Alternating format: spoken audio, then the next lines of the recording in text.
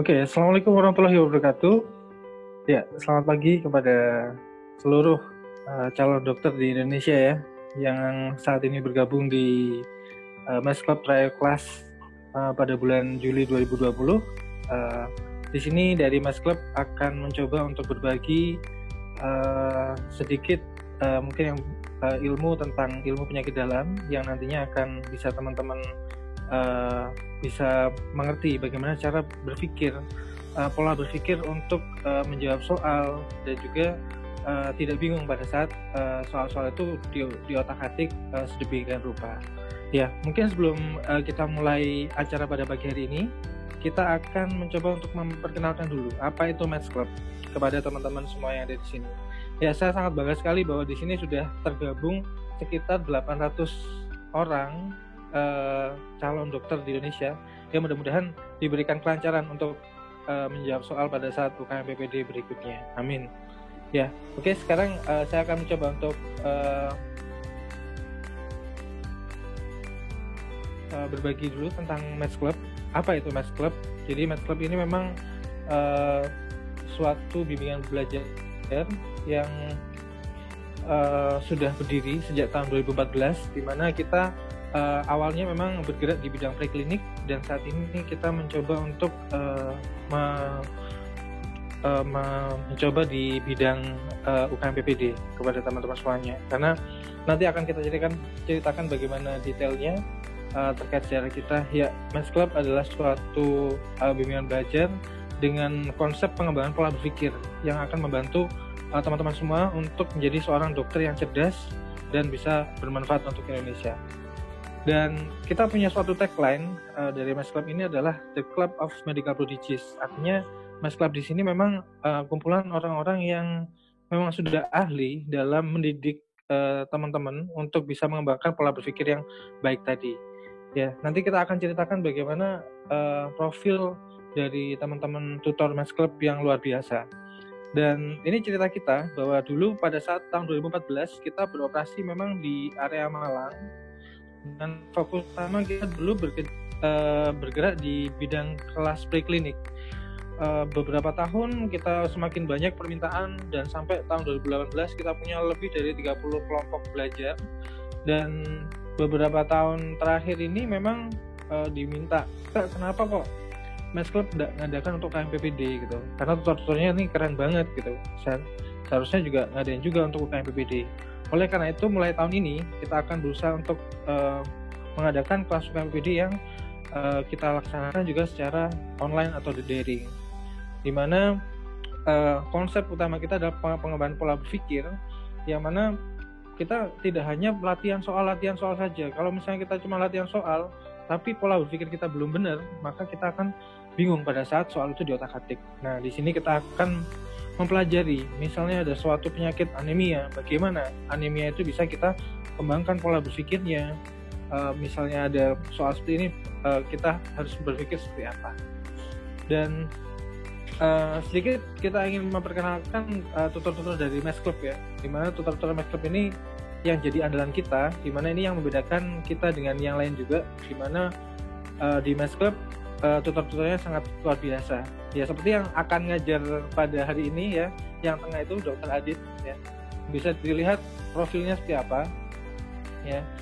Beliau adalah seorang lulusan dari Universitas di Malang dan juga sudah menempuh S2, saat ini juga menempuh spesialis, dan prestasinya luar biasa sekali ya. Di sini kita tidak main-main dalam memilih tutor yang mengajar teman-teman. Dan mungkin ada yang berpikir bahwa kalau misalnya tutornya terlalu pintar nanti ngajarnya nggak enak gitu. Enggak. Di sini kita sangat komunikatif, sangat mencoba untuk mensimplifikasi hal-hal yang memang susah untuk dijelaskan itu menjadi sesuatu yang mudah untuk teman-teman bisa mengerti ya. Tenang aja, kita nggak akan muluk-muluk jelasinnya, tapi kita akan menjelaskan bagaimana caranya yang susah tadi itu bisa menjadi gampang dimengerti bagi teman-teman semuanya. Dan di sini untuk tahun ini kita membuka ada 2 macam produk dari Maths Club ini. Yang pertama adalah kelas soal, yang mana kelas soal ini akan ada 13 kali pertemuan ya. Nanti untuk publikasi resminya akan ditayangkan pada akhir sesi ya.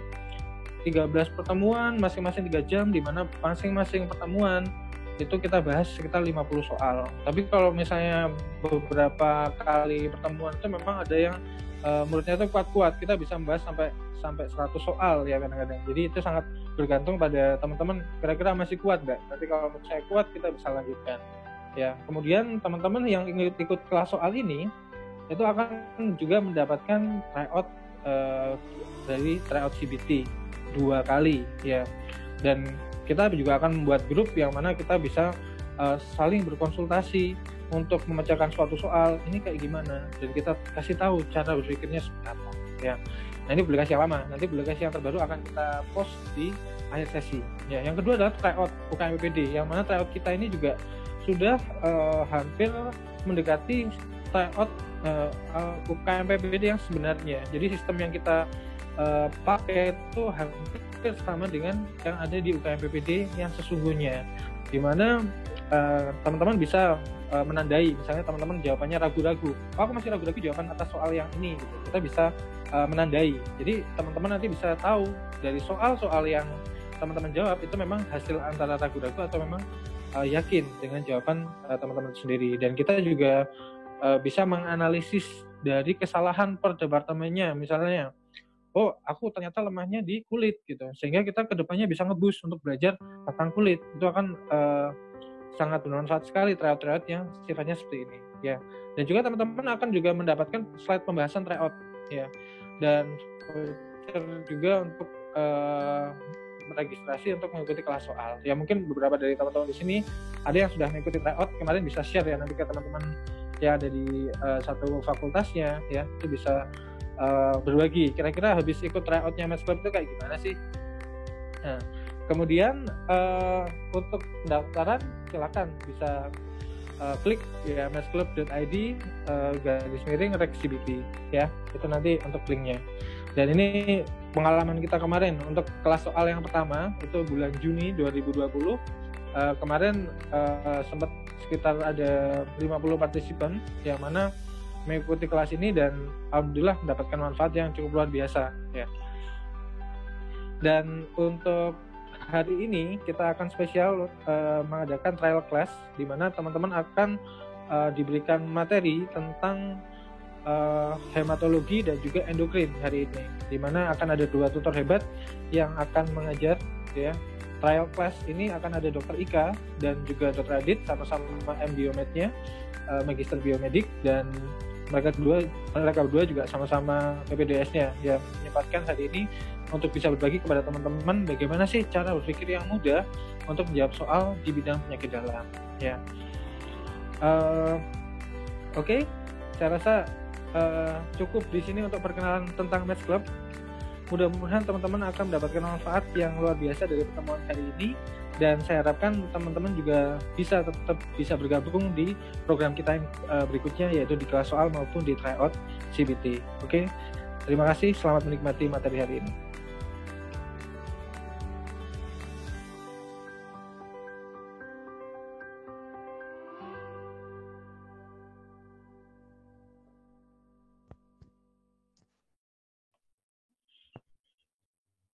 Cek apakah suara saya sudah terdengar? Halo? Dr. Fredo, sudah dengarkah suara saya? Oke, sudah dengar Dr. Ika. Oke, silakan. Oke, assalamualaikum warahmatullahi wabarakatuh, teman-teman semuanya. Wah, udah banyak banget ya ini yang gabung ya, sekitar 800-an lebih nih udah gabung. Oke, teman-teman mungkin ada yang udah tahu, mungkin yang ikut sebelumnya ya, nama saya Zuratus Soliha, biasa dipanggil Ika. Oke, saya di sini akan menambahkan sedikit materi pembahasan sih ya, lebih tepatnya pembahasan soal tentang endokrin. Karena kemarin peminatnya banyak sekali, jadi kita nambahin ya 1 sesi. Kemarin kan harusnya cuma sama Dr. Adit, jadi ya udah kita tambahkan 1 lagi sesi ya untuk endokrin. Karena di porsinya UKM PPD yang penyakit dalam, itu endokrin lumayan banyak teman-teman soalnya ya. Jadi kan untuk porsi dari soal penyakit dalam sendiri, itu ada sekitar 18-19 soal kan ya dari 150. Nah, endokrin ini sama hematologi itu lumayan banyak. Sama satunya lagi yaitu infeksi. Gitu. Jadi karena soalnya lumayan banyak, jangan sampai nanti miss ya, kan sayang tuh. Gitu. Oke, tadi udah dikenalin sedikit ya sama Dr. Fredo. Jadi sebenarnya untuk endokrin itu banyak banget teman-teman yang dipelajari ya. Nah, ada segini banyak. Nah, ini yang keluar nggak cuma 4A, 3B, sama 3A, bahkan seringkali kayak penyakit-penyakit Edison, kemudian ada pubertas prekop itu juga biasanya keluar gitu. Nah, kalau misalnya nggak dipelajari kan sayang ya. 1 soal, 2 soal kan lumayan. Oke, jadi sekilas tentang sistem endokrin ya. Ini tuh dia penting banget ya dalam tubuh kita karena dia bisa mengatur terkait dengan metabolisme, kemudian pertumbuhan, dan lain-lain. Gitu ya. Jadi nanti kita bahasnya ada tiroid, paratiroid, kemudian ada pankreas, ya, adrenal juga. Dan sedikit nanti kita belajar tentang gonad juga, karena itu juga di ranahnya endokrin sini ya. Oke. Yuk nanti ini sistemnya gini teman-teman. Ini kalau misalnya udah terbaca nih soalnya, nanti teman-teman langsung jawab ya, pakai polling. Jadi nanti teman-teman langsung klik A, B, C, D, atau E. Jadi langsung coba nomor 1, ya. Di sini seorang wanita usia 54 tahun datang untuk kontrol kadar kolesterol. Nah, saat dilakukan pemeriksaan fisik didapatkan tekanan darah 110/70, nadinya 80 kali per menit, ya. Kayak gini teman-teman bisa lihat. Nah, berat badannya 65 kilo, tinggi badannya cuma 158. Ya, jelas ya dia obesitas. Kemudian pemeriksaan labnya, LDL-nya 170 dan TG-nya 350. Kira-kira terapi yang tepat untuk pasien adalah, dilihat dulu pilihan jawabannya. Oke, 5, 4, 3, 2, 1. Yuk.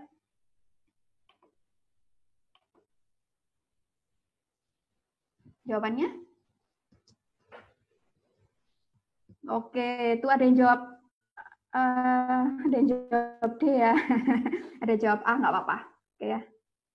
Mungkin teman-teman berpikir, oh ini TG-nya udah 350 nih, lumayan tinggi gitu ya. Oke, tapi di sini ya. Oke, selesai. Saya end polling ya. Oke, yuk.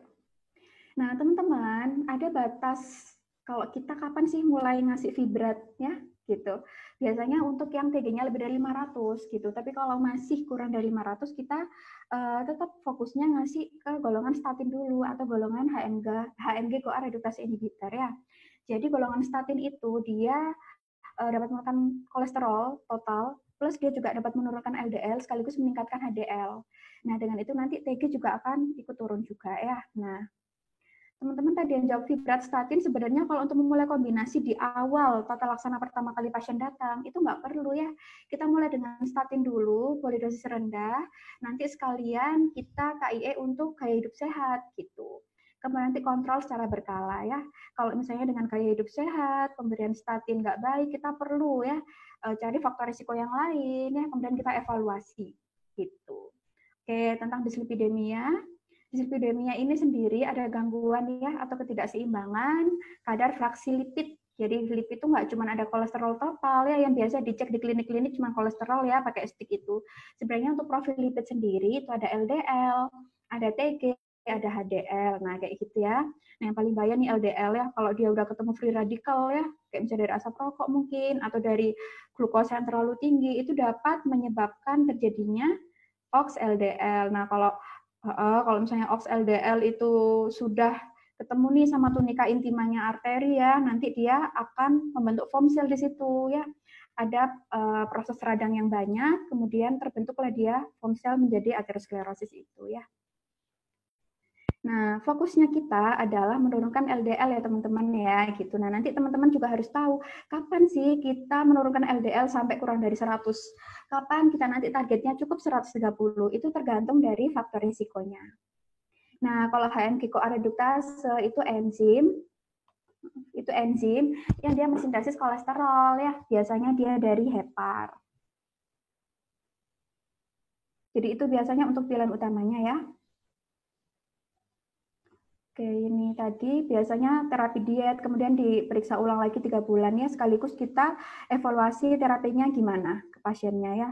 Loh Bu, kok nggak bagus? Ternyata pasiennya makannya masih ngawur ya, kolesterolnya tinggi, nanti juga kita harus koreksi. Oke, untuk pertama, first line ini kita pilih statin dulu ya, gitu. Nah, statin ini nggak cuma bisa menurunkan LDL, tapi dia juga menaikkan HDL. HDL itu kolesterol yang bagus ya. Nah, kalau misalnya asam berat ini diindikasikan kalau misalnya TG-nya lebih dari 500. Khawatirnya kalau misalnya TG-nya tinggi banget teman-teman, itu nanti dapat menyebabkan pankreatitis ya, gitu. Jadi nanti biasanya di soal tuh ada peningkatan lipase, amilase, kayak gitu ya. Jadi ingat tadi udah banyak bener di awal, tapi habis itu pada jawab yang D ya, pakai fibrat. Jadi nggak perlu dulu ya, apalagi ini masih pertama kali dan TG-nya juga masih sekitar segitu. Cuman kita perlu pantau ketat ya teman-teman ya. Jadi jawabannya adalah E. Kita mulai dengan statin terlebih dahulu. Gitu. Oke, lanjut yuk. Seorang wanita usia 43 tahun datang ke dokter dengan keluhan badan terasa lemas sejak 3 minggu yang lalu. Pasien juga merasa berat badan semakin turun dan kulit semakin gelap. Nah, ini ada hiperpigmentasi, kemudian ada hipotensi, ya, kemudian pemeriksaan labnya ada penurunan gula darah, ada hipoglikemi, ya, kemudian ada hiponatremia dan hiperkalemia. Diagnosa yang tepat adalah dilihat dulu jawabannya. Oke, A penyakit Cushing, ya Cushing disease, B Cushing syndrome, C hipotiroid, D hipertiroid, dan E penyakit Addison. Oke, mulai ini ya, polling ya. Apa tadi? Oke, ada yang jawab B, sindrom Cushing. 5, 4, 3, 2, 1. Oke ya. Benar teman-teman, jawabannya adalah E ya, penyakit Addison. Ini khas banget pada gangguan hipokortisol ya. Gitu karena dia kekurangan kortisol. Kita tahu ya teman-teman ya, di adrenal itu kan ada zona glomerulosa, reticularis ya kayak gitu-gitu. Di mana dari adrenal sendiri ada hormon yang dihasilkan, ada aldosteron ya, kemudian dari kortisol juga ada, dan ada kayak apa ya, adrenalin, norepinefrin kayak gitu ya, dan itu dapat mengaruhi tensi, gula ya, kemudian elektrolit juga. Oke, jadi teman-teman udah pada pintar, jawabannya E ya, penyakit Addison. Cuman tadi juga ada yang jawab sindrom Cushing ya, ini kebalikannya teman-teman. Kalau sindrom Cushing malah biasanya dia ada hiperglikemia ya, kemudian dia juga ada ini tekanan darahnya juga biasanya meningkat. Gitu. Terus ada tanda khasnya kalau milih sindrom Cushing itu biasanya harus ada Buffalo Ham ya, atau mungkin ada moon face ya, kemudian ada obesitas sentral seperti itu. Jangan sampai keliru. Ya, ini malah berat badannya semakin turun. Kalau Cushing itu malah besar ya. Biasanya dia ada obesitas sentral, kemudian ada Buffalo Ham, kemudian dia biasanya gulanya meningkat gitu ya. Oke, yuk kita bahas lebih lanjut. Nah, ini ya, Addison disease itu karena terjadi defisiensi sintesis hormon kortisol ya. Ini kelainannya pada adrenal, seringkali karena proses autoimun. Gitu ya, biasanya kita periksa ya untuk lebih lanjut pemeriksaan elektrolit ya, biasanya ada hiponatremia, hiperkalemia. Ya, kita lihat di sini ya, yang tadi saya bilang bahwa di adrenal itu ada 3 zona glomerulosa, fascikular, dan reticularis ya. Masing-masing dia mensekresi hormon sendiri ya, ada aldosteron, kemudian glukokortikoid, androgen. Ya. Ini glukokortikoid ini sebagai hormon stres ya. Kalau dia meningkat pada kasus Cushing syndrome yang teman-teman tadi sebagian ada yang jawab itu malah nanti dia menyebabkan tensinya tinggi, gulanya tinggi ya, karena memang dia ngaturnya di situ gitu. Tapi kalau pada kasus Addison disease ada penurunan hipokortisol, malah sebaliknya ya, tensinya rendah, gulanya rendah seperti itu. Dan biasanya ada juga keterkaitan di zona glomerulosa di mana aldosteronnya menurun. Ya, teman-teman tahu kalau misalnya aldosteron itu kan biasa retensi natrium ya gitu. Nah, kalau ini kan malah berkurang, jadinya dia hiponatremia. Gitu. Ada soal yang nggak full bulan kayak tadi, biasanya ada soal yang terlalu gampang ya. Oh, ternyata kadar kortisolnya udah ditunjukin, itu lebih gampang lagi. Tapi teman-teman harus tahu ya, dari manifestasi klinis sudah kelihatan banget ya, sudah kelihatan banget. Tadi ada hiperpigmentasi. Nah, kenapa? Oke ya. Jadi pada saat kortisolnya turun, teman-teman, itu nanti dia akan memberikan feedback ke atas ya untuk memproduksi lebih banyak ACTH sehingga nanti dengan harapan kortisolnya dihasilkan lebih banyak lagi gitu ya. Nah, kalau ACTH meningkat itu juga dia dapat mempengaruhi MSH ya. MSH ya untuk hormon yang melanin ya. Jadi biasanya kalau pada Addison karena ACTH-nya meningkat juga ya, MSH-nya juga meningkat, maka muncullah hiperpigmentasi, lebih gelap gitu biasanya kulitnya. Oke, jelas ya. Nah, ini ya gampangannya Addison. Ini ada ACTH excess ya, itu karena ada feedback positifnya tadi dari si adrenal ya, karena kok kortisolnya rendah jadi ya ke atas. Jadi ACTH-nya diproduksi lebih banyak. Ya, ini tadi udah banyak yang benar. Oke, lanjut ya.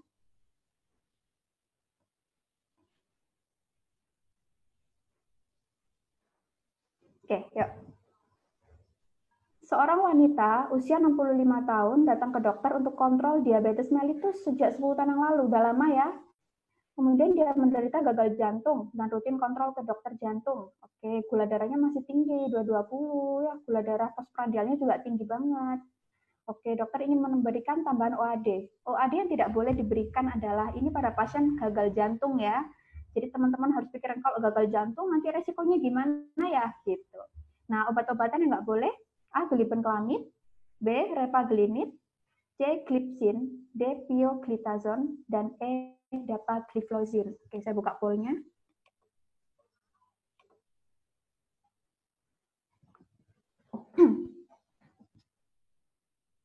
Oke ya, ada yang jawab A tuh. Gliben itu biasanya nggak boleh pada penyakit gagal ginjal. Oke. Si pinter ya teman-teman ya. 5, 4, 3, 2, 1. Oke ya, golongan TZD yang nggak boleh ya. Masih banyak juga yang jawab A, sekitar 80 orang. Nah ya, mungkin dibaca lagi. Untuk efek samping obat ya, atau mungkin biasanya kontraindikasi itu kita juga harus tahu teman-teman. Apalagi nanti teman-teman kan juga kerjanya di klinik atau di rumah sakit ya. Kayak gitu, jadi harus tahu kalau misalnya ada pasien dengan gagal jantung kita nggak boleh kasih obat apa kalau dia kencing manis gitu. Ya, jawabannya adalah golongan TZD. Oke, kenapa nggak boleh? Karena obat golongan thiazolidinedian itu dia dapat menyebabkan atau dia meningkatkan resiko retensi cairan dan juga edema. Nah, itu nanti malah pasiennya sesek ya, karena dia udah ada komorbid gagal jantung gitu. Jadi nggak boleh. Sebenarnya untuk thiazolidinedian ini bagus ya, dia agonis PPR gamma, jadi dia dapat meningkatkan sensitivitas insulin gitu. Jadi dia mengurangi retensi insulin perifer ya gitu. Tapi efek samping yang tidak diinginkan adalah ini teman-teman ya, karena retensi cairan. Nanti pasien dikasih obat itu 2 bulan kemudian makin sesek, ya makin bengkak, makin edema di mana-mana. Kayak gitu, nanti dokternya gimana sih gitu ya. Nah, tadi yang jawab glibenclamid, ya boleh sih, ya tapi itu beda kasusnya ya. Itu kan pada pasien gagal jantung ya gitu, itu nggak apa-apa.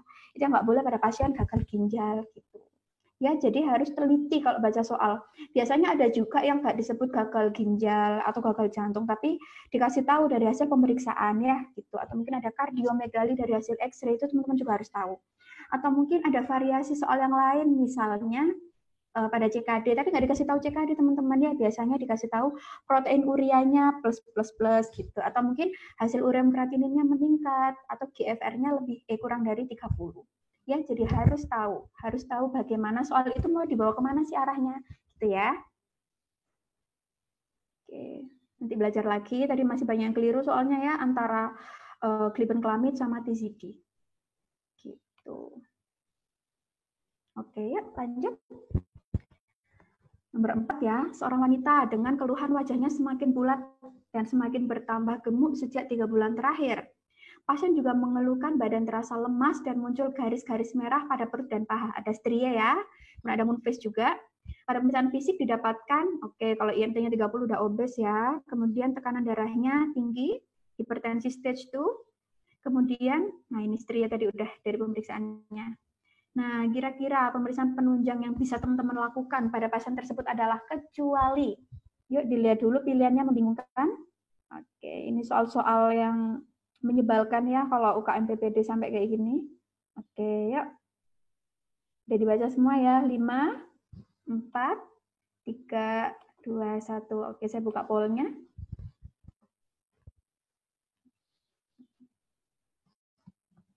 Kecuali ya teman-teman ya, jangan keliru. Kecuali nih jawabannya. Yuk.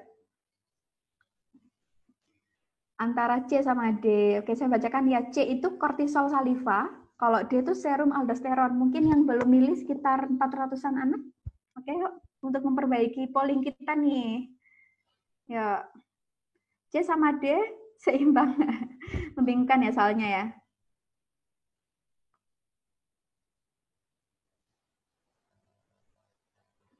Oke.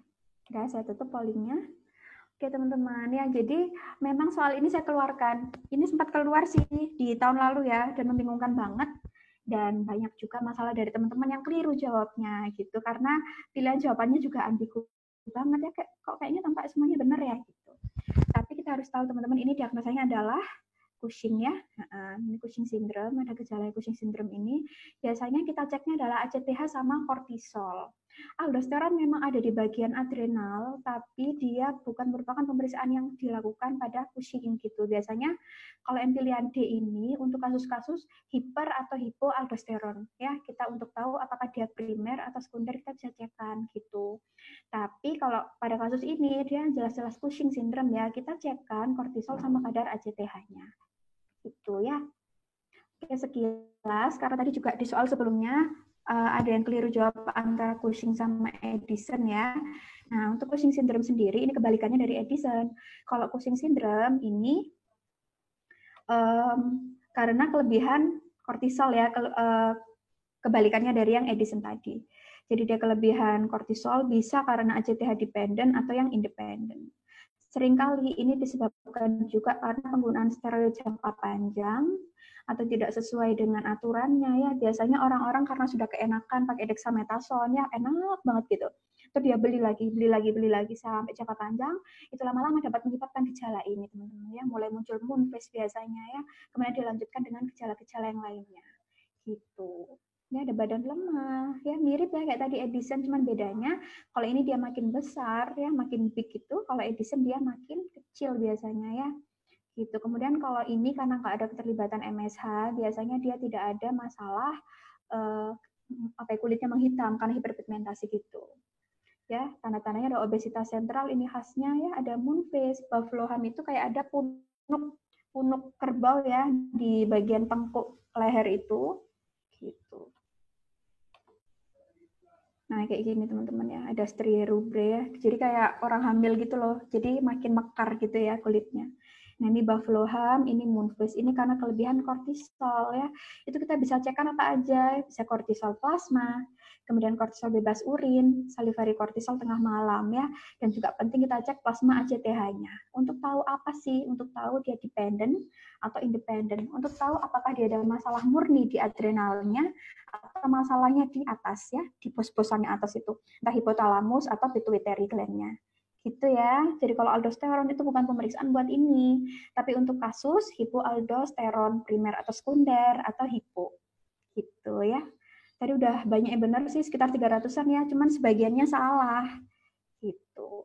Nah, ini juga ya biasanya untuk kalau mau cek kortisol plasma pagi hari, itu biasanya kita sudah memberikan 2 tablet ya. Untuk dexamethasone-nya, biasanya 1 mg dexamethasone, itu bisa injeksi.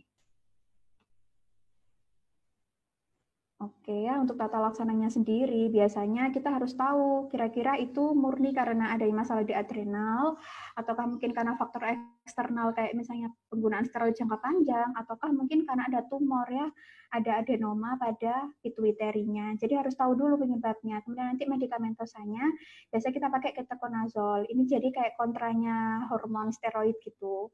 Kemudian bisa pakai obat-obatan yang lainnya. Dan yang terpenting adalah nanti gejalanya biasanya kalau steroid, kalau penyakit Cushing ini kan karena peningkatan kortisol ya gitu. Jadi yang tadi saya bilang kalau kortisol meningkat biasanya tensinya meningkat, biasanya juga ada gula darah. Nah, kita harus obati gejala lainnya juga. Pemberian obat-obat tensi, kemudian kita turunkan gula seperti itu ya, dan menjaga agar keadaannya tidak makin berat. Kayak gitu ya. Nah, seperti ini. Jadi ingat ya teman-teman ya, tadi di adrenal itu ada aldosteron, ada steroid ya. Nah, itu teman-teman harus tahu. Jadi kalau misalnya kortisolnya meningkat, nanti tensi sama gulanya makin naik. Jadi biar nggak bingung kalau jawab soal, kalau misalnya gula sama tensinya rendah, itu berarti yang sebaliknya. Ya, berarti kortisolnya rendah. Itu pada Edison. Oke, kayaknya untuk soal adrenal udah selesai dua-duanya. Move ke yang lain. Oke, untuk pria 25 tahun, dia menikah sudah 2 bulan, mengeluh hubungan seksual tidak memadai. Ya, jadi ada gangguan hubungan seks. Kemudian sejak remaja, dia tidak pernah ada tumbuh kumis, rambut kemaluannya juga nggak ada, ketiaknya juga nggak ada. Berarti di sini menunjukkan bahwa ada gangguan ini ya, seksual sekundernya ya. Wajah tampak seperti anak kecil, baby face. Nah, pada pemeriksaan tidak ditemukan testis di skrotum dan tidak ada ginekomastia, dalam artian dia bukan mikropenis gitu ya, dia nggak ada mikropenis, dia murni testisnya waktu diraba nggak ada. Apa diagnosa pasien? A. Hipergonadisme primer, B. Hipergonadisme sekunder, C. Disfungsi ereksi psikogenik, D. Hipogonadotropin hipogonadisme, E. Hipergonadotropin hipogonadisme. Agak membingungkan ya. Oke, yuk dibaca dulu. 5, 4, 3, 2, 1, saya buka pollnya. Oke, poll semua.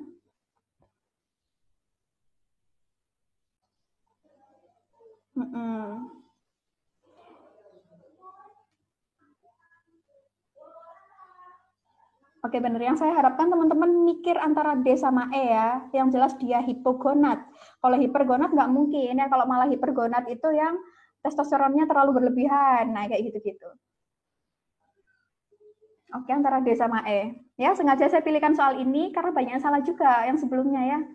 Jadi ini soal keluar lagi teman-teman di TOEIC Januari 2020. Ya, jaga-jaga mungkin nanti keluar lagi waktu kalian UKM PPD. Oke, saya N ya pollingnya ya. Jadi teman-teman banyak jawab D. Oke, padahal jawabannya adalah E. Ya, jadi tadi 50 orang jawab E, ini benar ya teman-teman, sisanya salah. Jadi kita harus bisa bedakan dia hipogonadismenya primer atau sekunder ya. Oke, pelan-pelan. Jadi ini dia dari kecil, dia nggak ada testisnya. Kemungkinan dari kecil sudah ada masalah undesensus testis ya. Gitu. Nah, kita tahu ya, kita udah belajar juga di urologi. Kalau misalnya UDT itu kan resiko komplikasi tertingginya adalah dia infertil kan. Nah, kayak gitu. Kemudian tidak ada ginekomastia di sini, maksudnya dia penisnya oke, masalahnya cuma testisnya nggak ada ya, di masalah situnya seperti itu. Padahal testis itu tempat terbentuknya hormon apa teman-teman? Testosteron ya. Dari situ. Nah, testis juga nanti sperma kayak gitu-gitu ya. Jadi kalau misalnya nggak ada, jelas dia infertil. Kemudian dia juga tidak pernah tumbuh kumis, rambut kemaluan dan ketiaknya juga nggak ada sejak remaja, sejak kecil. Berarti memang dia masalahnya primer gitu ya, dari awal gitu sudah nggak ada terbentuknya seperti itu. Oke, nah kita harus tahu ada primer sama sekunder. Selalu ingat, kalau primer itu masalahnya di organ yang terkena. Tapi kalau sekunder dari ketuanya yang di atas ya, gitu. Jadi dari bosnya itu yang sekunder. Jadi kalau misalnya logikanya saat testosteronnya turun, maka dia akan memberikan feedback ke atas, ayo dong dikeluarin FSH-nya gitu ya, sehingga nanti testosteronnya bisa naik gitu ya. Sehingga pada pasien di atas itu kan karena memang dia kelainannya di sini ya. Jadi yang di hipotalamus hipofise dia masih bisa memproduksi banyak FSH LH gitu. Ya, jadi dia hiper gitu ya. Jadi dia hipergonadotropin hipogonadisme. Dia masalahnya hanya pada organnya saja gitu. Organ yang terkena ya di situ, organ reproduksinya. Tapi untuk yang masalah di atas hipotalamus hipofise dia nggak ada masalah gitu. Ya.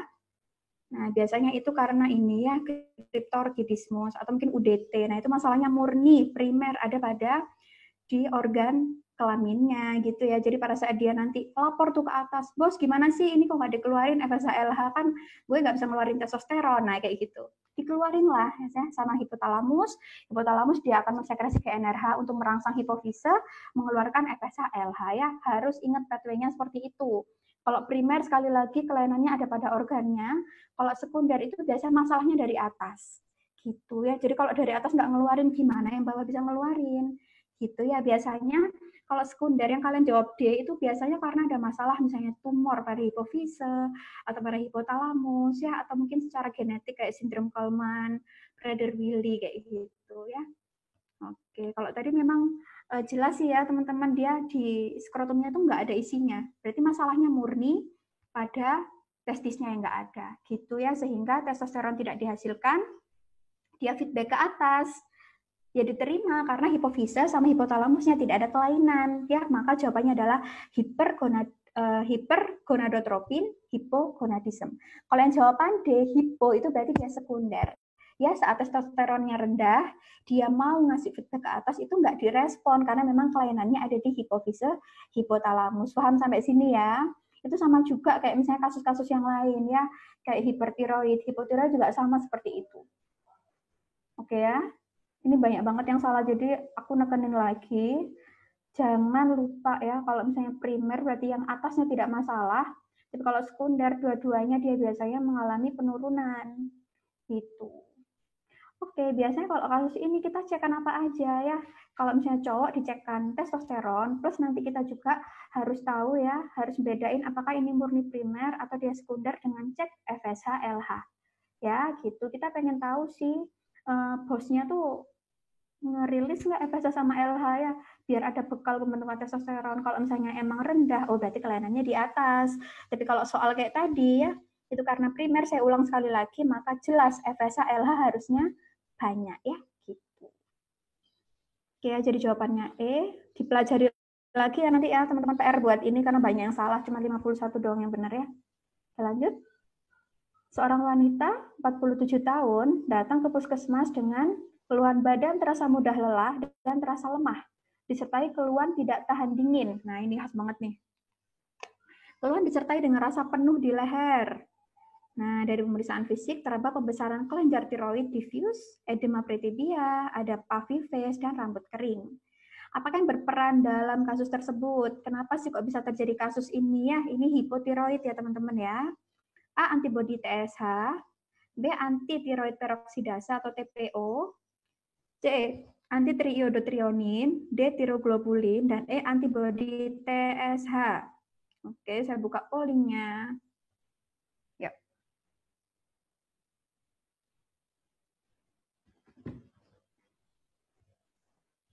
Oke. Oh, mulai pinter nih, sip. Pinter semua. Oke, antara A sama B, kejar-kejaran. Oke, teman-teman ya, ini hipotiroid. Jadi kira-kira gimana? Oke. Oke, saya polling ya. Ini biasanya kasus hipotiroid ya. Hipotiroid seringkali dia karena proses autoimun ada hipotiroid yang Hashimoto ya, Hashimoto tiroiditis. Ini khas banget nih hipotiroid ya. Jadi kalau misalnya saat hormon tiroid rendah ya, jadi nanti metabolisme basalnya juga menurun ya. Biasanya suhunya dia lebih lebih rendah, lebih nggak toleran terhadap dingin gitu. Oke ya.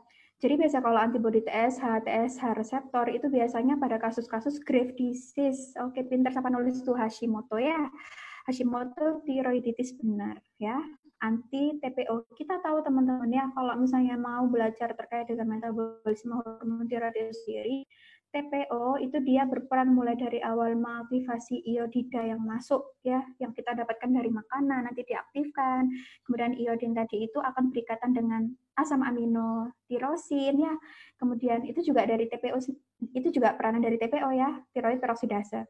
Kemudian nanti dari T4 ke T3, nah itu semua peranannya. Kalau misalnya ada antibodi yang menyerang tiroid otomatis ya, kalau misalnya tadi ada antibodi yang menyerang TPO ini, otomatis nanti T3, T4-nya juga sangat menurun.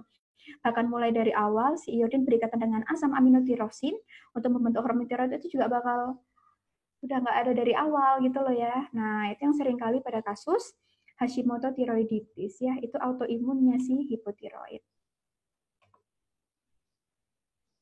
Oke. Ya, nah ini hipotiroid. Seringkali memang Hashimoto tiroiditis teman-teman penyebabnya ya. Nah, dan ini ya penyebabnya karena antibodi anti TPO. Ya, ingat ya TPO itu dia berperannya banyak banget ya pada saat pembentukan hormon tiroidnya kita T3, T4 tuh yang mulai dari awal tadi ya, dia yang iodin masuk itu dalam bentuk tidak aktif dulu diaktifkanlah sama dia. Kemudian nanti dia berikatan dengan asam aminotirosin untuk membentuk si ya T3, T4 itu ya. Nanti T4 buat ke T3 juga ada peranan si dia ini. Nah, kita tahu ya di tiroid itu sel tiroid ada sel folikuler, ada parafolikuler dan juga sel koloid ya.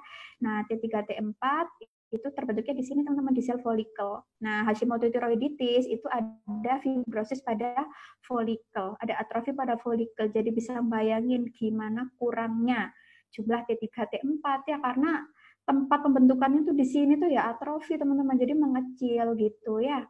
Oke. Jadi untuk terapinya levothyroxine. Boleh dong kalau misalnya hipertiroid itu terapinya apa? Ada yang ngetik boleh? 1 atau 2 boleh. Oke, PTU ya. Udah cukup, pinter. Nah, nanti teman-teman juga harus tahu ya, yang aman buat ibu hamil tuh sering keluar soalnya di soal.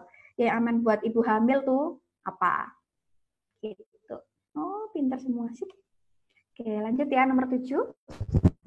Seorang wanita usia 42 tahun datang dengan keluhan seluruh badan terasa lemas, mudah lelah dan berkeringat, serta berat badan tidak naik meskipun makannya banyak. Nah, dari pemeriksaan fisik didapatkan tekanan darah 130 ya. Kemudian ada takikardi, mata tampak menonjol ya. Ini ada gambaran exophthalmos berarti ya teman-teman ya. Kemudian pada leher teraba massa diffuse, kenyal, batas tegas, tidak nyeri saat ditekan. Ukurannya 2x2. Oke, kemungkinan hasil laboratoriumnya apa? TSH naik, T3 T4 normal, atau TSH rendah? Oke, dibaca dulu mungkin. Oke ya, saya buka pollnya.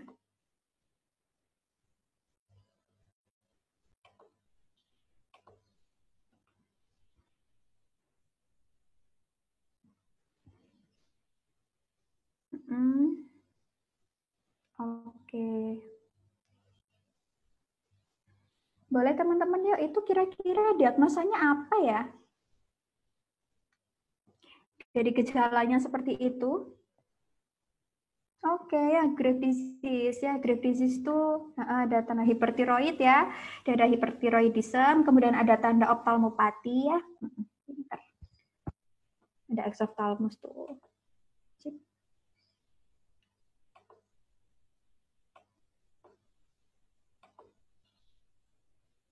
Oke ya, jadi benar TSH rendah. Oke, kalau kira-kira jawaban C, ya TSH rendah T3 T4 normal itu pada kasus apa sih teman-teman?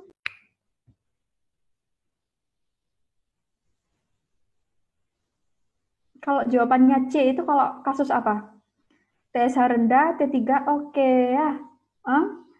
Hipertiroid subklinik ya. Nah, itu ada yang jawab hipo, salah ya.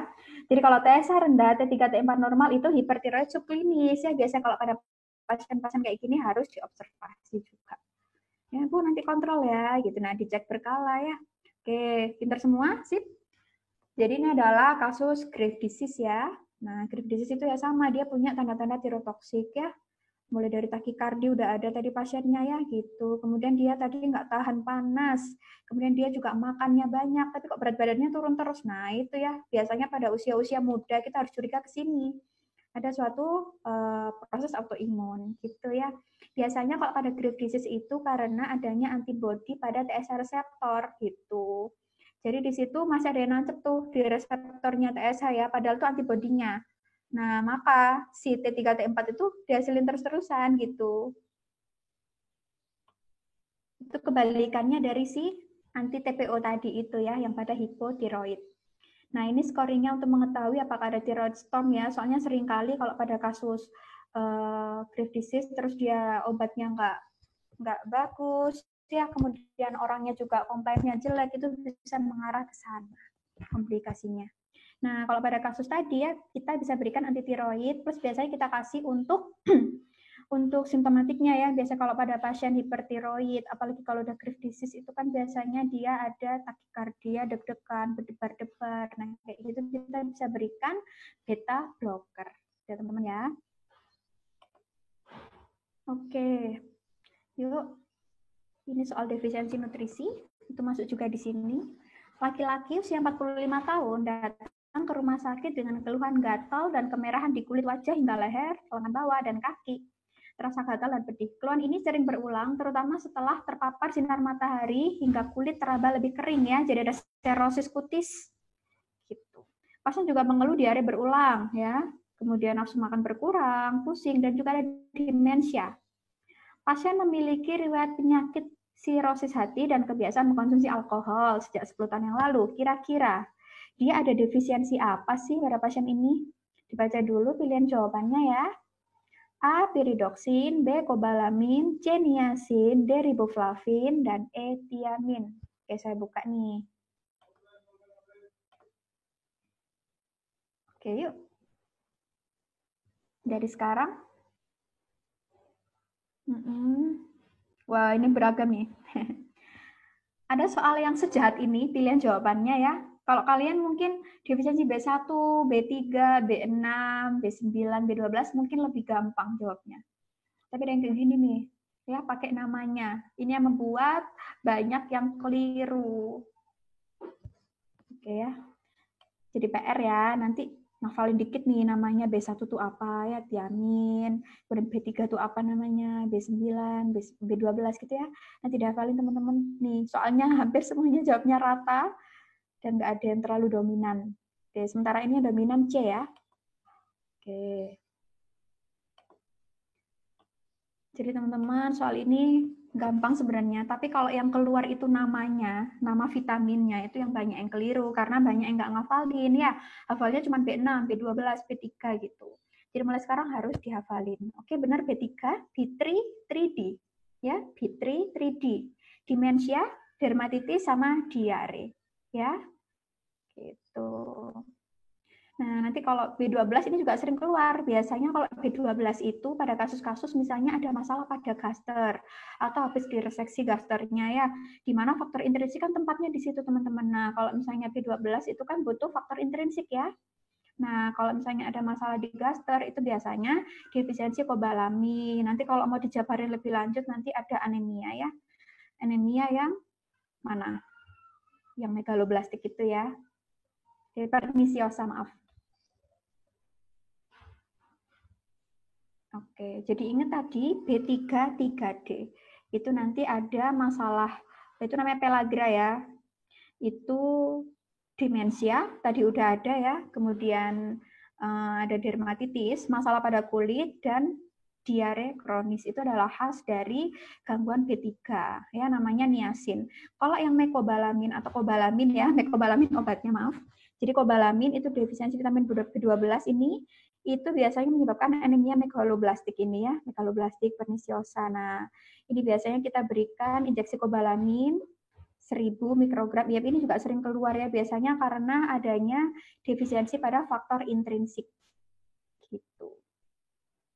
Ya, yang sering keluar B12 sama B3, jadi hafalin namanya. Jaga-jaga nanti kalau soalnya sejahat ini ya, pilihan jawabannya nggak ya dikasih nama ilmiahnya gitu, teman-teman. Ya, ini gambarannya ada serosis ya. Jadi ini hiperemis di sini ya, eritema. Kemudian dia ada penebalan. Dia mirip dengan neurodermatitis ya.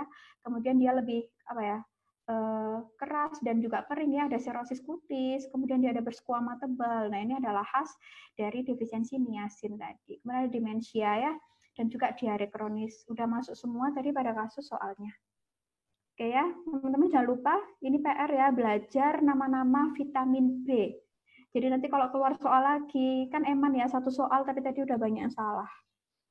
Oke, lanjut ya, nomor 9. Seorang pria 50 tahun dikonsultasikan dengan keluhan lemas sejak 2 hari terakhir. Keluhan juga disertai dengan nyeri perut, mual, dan muntah. Seminggu yang lalu, pasien sempat dirawat di ICU setelah menjalani operasi akibat fraktur femur dextra. Pada pemeriksaan fisik didapatkan pasien tampak lemah, tekanan darahnya 80 ya, hipotensi nih, kemudian kulit tampak sedikit hiperpigmentasi. Pada pemeriksaannya ada hiponatremia, hipoglikemi, dan hipokortisol. Nah, ini lebih lengkap nih soalnya. Oke, dilihat dulu pilihan jawabannya. A, hidrokortison 100 mg IV bolus lanjut dengan maintenance-nya itu, kemudian yang B, C, D, E. Dibaca sebentar. Oke ya, udah tahu jawabannya. 5, 4, 3, 2, 1.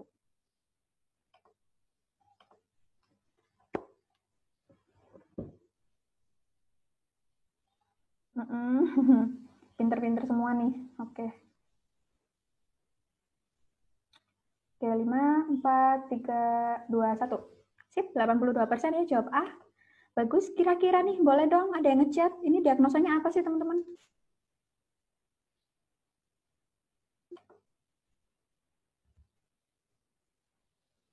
Ada jawab krisis mungkin? Krisis adrenal? Oke ya, sip. Devina dan seterusnya tuh, sip. Pintar teman-teman adalah krisis ya, krisis adrenal. Oke, kalau Edison dia nggak sampai terjadi kegawatan ya, nggak ada tanda-tanda gawat darurat biasanya. Tapi kalau udah dalam keadaan dekompensasinya namanya krisis adrenal. Sama juga seperti hiperpigmentasi ya. hiperglikemia, itu ada krisis ya, ada krisis hiperglikemi. Tensi pun juga gitu ya, ada hipertensi krisis ya. Intinya kalau misalnya udah ada terkait dengan dekompensasi, itu namanya krisis. Winter. Oke ya, jadi jawabannya adalah A. Jadi kita bisa berikan steroid dosis tinggi ya teman-teman pada kasus ini. Oke. Krisis adrenal karena insufisiensi hormon adrenal akut ya gitu. Entah karena penghentian steroid secara tiba-tiba atau mungkin karena tubuhnya saat jatuh ke arah yang dekompensasi gitu. Oke, manifestasi klinisnya biasanya ada pada abdomen ya, kemudian GI tract kena, kemudian CNS juga kena. Makanya pada pasien bisa terjadi penurunan kesadaran. Kemudian dari kardiovaskular sistemnya juga ya ada hipotensi ya, kemudian bisa juga disertai dengan takikardi dan lain-lain. Hasilnya penunjangnya ya seperti yang tadi, seperti Edison, karena dia ada insufisiensi kortisol ya, ada penurunan kortisol, maka tensi jelas rendah. Kemudian glukosa juga rendah ya. Kemudian dari elektrolit tadi natriumnya juga rendah. Ya, pinter semua. Nah, untuk tata laksananya kita harus berikan nih ya steroid dosis tinggi. Biasa kita pakainya hidrokortison ya. Dibolus dulu baru nanti kita kita maintenance ya. Kita maintenance untuk 24 jamnya. Nanti kalau misalnya udah stabil, oke, kita boleh berikan obat untuk oralnya dan nanti pasien pada saat pulang, nanti kita harus suruh dia kontrol secara berkala. Karena nanti ada resiko perburukan lagi untuk selanjutnya ya. Oke, yuk. Nomor 10. Laki-laki usia 58 tahun, datang dengan gejala kesemutan pada kaki dan terasa tebal tiap menumpu pada lantai. Pasien telah terdiagnosa DM sejak 8 tahun yang lalu dan saat ini dalam pengobatan insulin 10 unit malam hari, metformin 3 kali 500 dan simvastatin 1 kali 20 mg malam ya. Tapi kok gulanya susah terkontrol. Oke, habis itu tekanan darahnya segini teman-teman, ada hipertensi, ya lingkar pinggangnya segini, laki-laki ya, harus tahu lingkar pinggangnya normalnya berapa, BMI-nya segini, kemudian TG-nya 200, gula darahnya segini teman-teman, kolesterolnya tinggi semua nih, nggak ada yang bagus. HDL-nya juga 35. Oke, diagnosis yang tepat untuk pasien tersebut adalah, udah dilihat ya pilihan jawabannya. Oke. Yuk.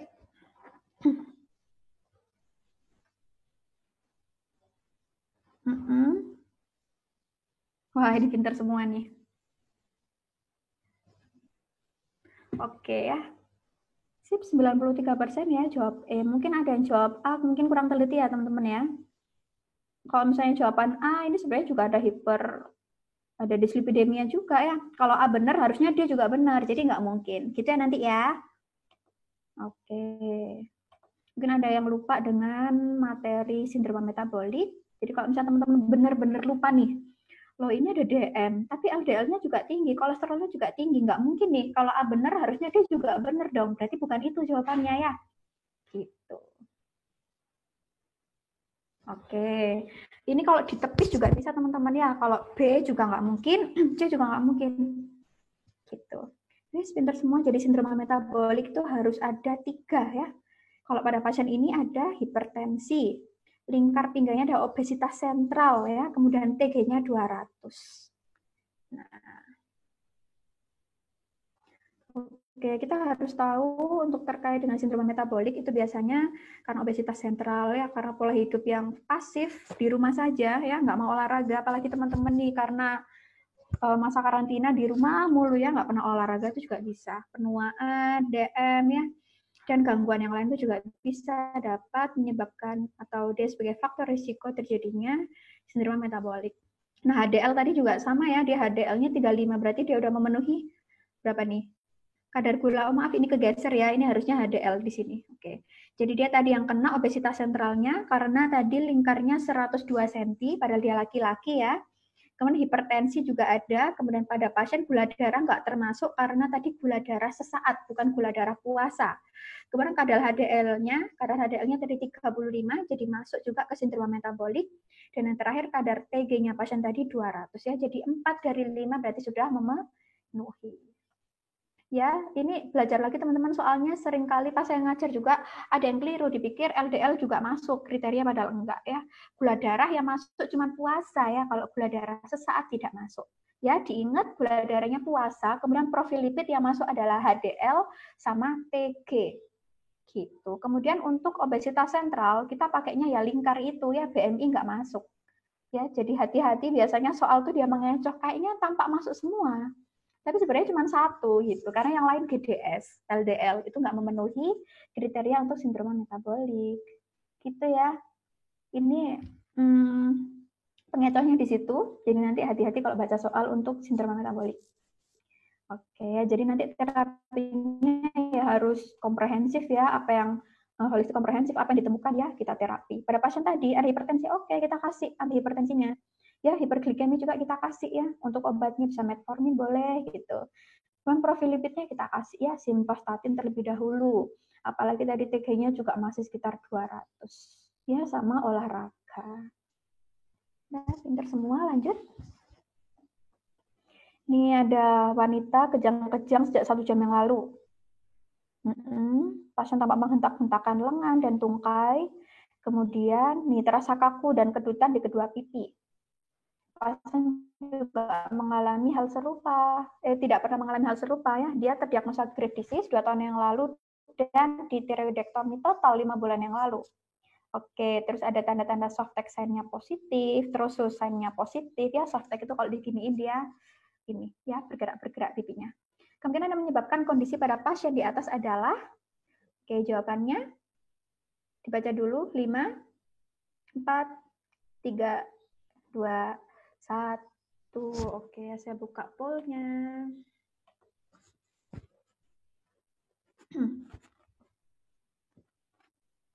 Oke. Ada jawab B mungkin? Oke ya, nggak apa-apa. B itu hipokalemia teman-teman, hipotiroid ya. Ini khasnya hipoparatiroid ya, apalagi ini ada kata kunci yang paling sering ya, kata kuncinya adalah post-tiroidektomi gitu. Karena kita tahu anatominya ya, paratiroid itu tepat benar-benar di belakangnya si tiroid gitu. Dan itu memang komplikasi yang paling sering pada tindakan tiroidektomi, dan itu harus di-KIE-kan sejak awal ya. Gitu. Apalagi kalau kurang hati-hati ya. Nah, ini hipokalsemia ya. Jadi hipokalsemia disebabkan oleh hipoparatiroid. Kita tahu teman-teman, yang mengatur atau yang meregulasi kalsium dalam darah itu ada 3 ya, dari paratiroid, kalsitonin, sama vitamin D. Nah, kalau kalsitonin itu dihasilkan oleh sel singa parafolikular tiroid ya. Kalau itu malah menurunkan kalsium darah. Tapi kalau untuk menaikkan itu vitamin D ya, vitamin D sama hormon paratiroid. Nah, ini teman-teman ya, lokasinya tuh di sini loh.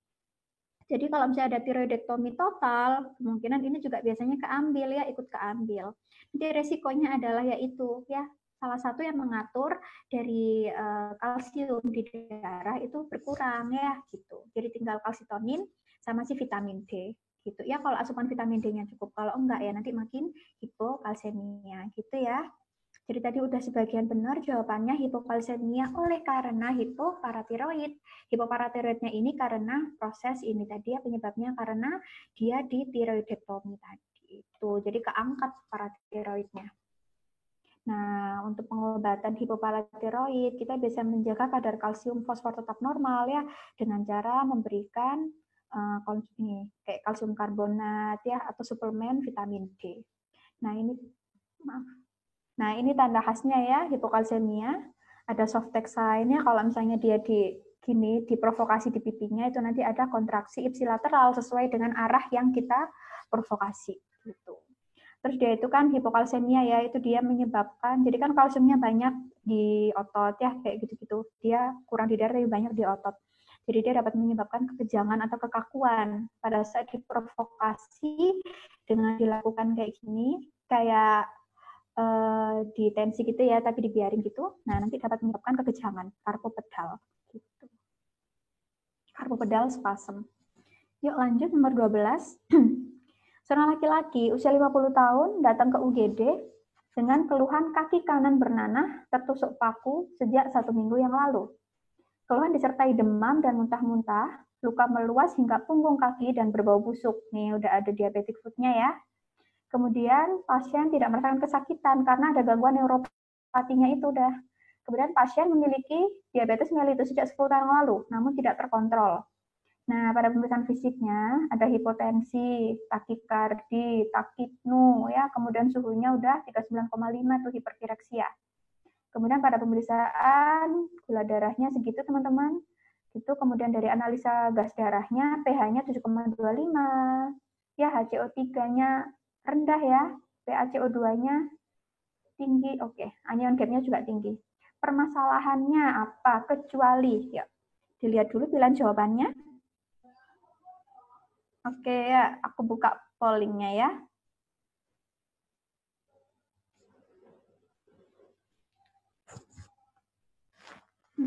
Kecuali ya teman-teman ya. Nah, ini juga seringkali kalau di soal UKM PPD, bacaan kecuali itu terlewat banget ya. Apalagi kalau jawaban pertama itu udah benar ya, itu biasa yang dipilih gitu ya. Lihat kecuali ya.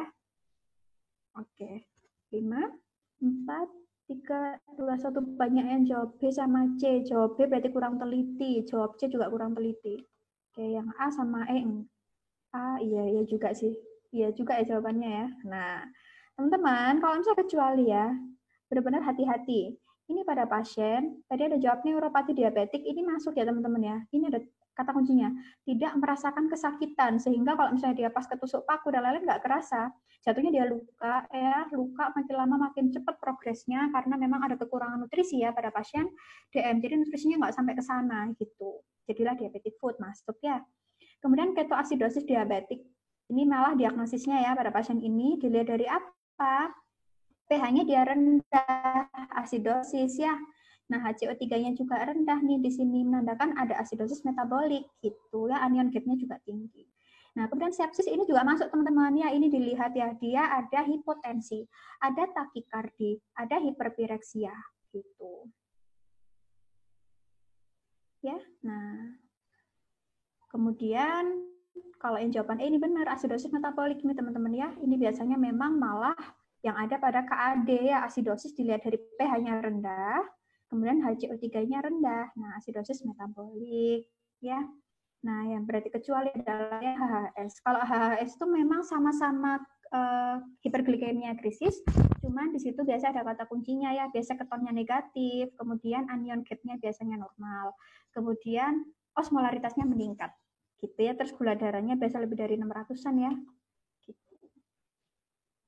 Oke, udah pinter semua, jadi teman-teman harus tahu biasanya kalau KAD itu karena ada masalah defisiensi insulin absolut biasa pada DM tipe 1, ada juga yang karena DM tipe 2 tapi misalnya kontrol glikemiknya yang jelek ya, atau mungkin pasien 3 hari yang lalu nggak nyuntikin insulin karena sibuk, atau mungkin ada acara di rumah, lupa dan lain-lain, itu bisa mencetuskan terjadinya KAD ini. Ya, biasanya ada dehidrasi pada KAD itu semuanya ya ini teman-teman ya, biasanya karena masalah insulin. Biasanya insulinnya tiba-tiba di stop 3 hari seperti itu. Ya teman-teman ya, itu teman-temannya ada yang merasa terganggu, jangan mencoret-coret teman-teman. Ya, jangan coret-coret ya. Nah, kalau udah KAD ya, hiperglikemia krisis, ini tata laksana sama semua teman-teman, antara KAD sama HHS ya. Sama-sama kita mulai dengan rehidrasi dulu ya, pakai kristaloid gitu. Kemudian juga kita berikan insulin, dosisnya dihafalin biasanya keluar. Oke ya, jadi rehidrasi dulu, biasanya kita pakai kristaloid. Jangan keliru ya, jangan memberikan koloid ya, kita pakai kristaloid dulu. Ya teman-teman, jangan coret-coret ya, itu teman-teman yang lain banyak yang merasa terganggu. Oke, sip, terima kasih. Nah ya, kalau HHS juga sama teman-teman ya, tapi tanpa disertai pembentukan keton ya. Kalau DKA ada ketonnya lah. Terus gimana kalau nggak ada datanya? Nah, kita lihat kayak tadi itu teman-teman ya. Kita lihat dari data-data yang lain, misalnya kita lihat pH-nya gitu ya, namanya juga ketoasidosis, biasanya dia asidosis. Tuh ya. Biasanya kalau HHS ini memang seringnya lebih ke DM tipe 2, kalau yang KAD bisa DM tipe 1 dan DM tipe 2 ya.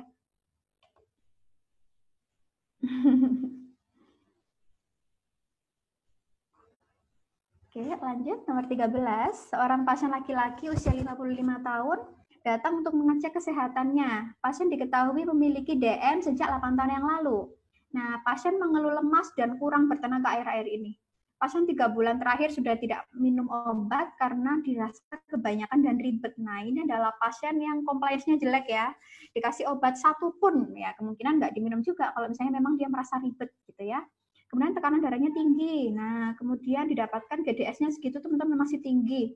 HbA1c-nya 9,2 ya udah lebih dari 9. Kreatininnya 2,4. Nah, glukosa urinnya positif, jelas ya karena dia hiperglikemia. Protein urinnya positif 2. Nah, bagaimana terapi diabetes pada pasien di atas? Oke, kita buka pollnya.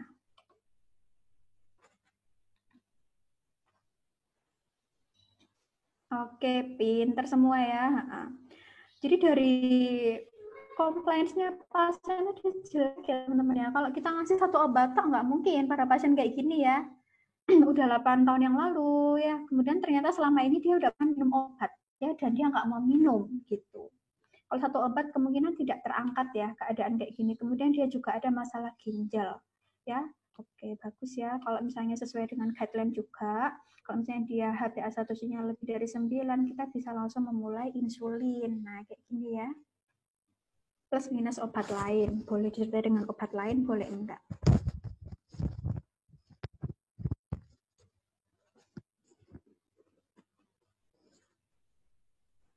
Oke ya.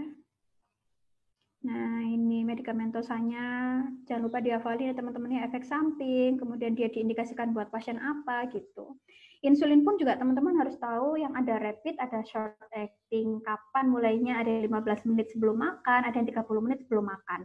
Jangan sampai nanti KIE-nya keliru ya, gitu. Oke ya, insulin kapan sih kita berikan? Biasanya pada pasien-pasien dengan HbA1c lebih dari 9 dengan kondisi dekompensasi metabolik atau misalnya kayak tadi ya kasus KAD gitu-gitu juga ya. Hiperglikemia krisis ya, KAD atau HHS ya, ini juga ketosis sama, itu juga KAD. Kemudian pada pasien-pasien yang dia punya akut illness juga, stres berat ya, mungkin dia ada diabetic foot dengan infeksi yang tidak terkontrol, atau pada pasien-pasien yang mau operasi ya, atau gangguan fungsi ginjal kayak pasien tadi. Nah, kita udah boleh ngasih insulin.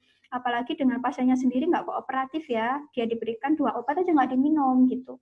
Apalagi kalau kita nambah 1 obat lagi ya, 3 gitu, makin malah nggak mau ya. Oke, teman-teman jangan bertengkar di grup ya. Oke, jangan bertengkar teman-teman, semangat. Nah, ini ya teman-teman ya, insulin yang aku bilang tadi ada yang rapid, ada yang short ya. Ini penting untuk KIE KIE ke pasiennya. Jangan sampai tadi pasiennya udah nyuntikin dia harusnya rapid acting ya. Dia 10 menit sebelum makan, ternyata ditinggal telepon-teleponan sama keluarganya sampai 30 menit. Yang terjadi nanti pasiennya ngedrop ya, masuk ke IGD dengan hipoglikemia. Seperti itu. Yuk lanjut.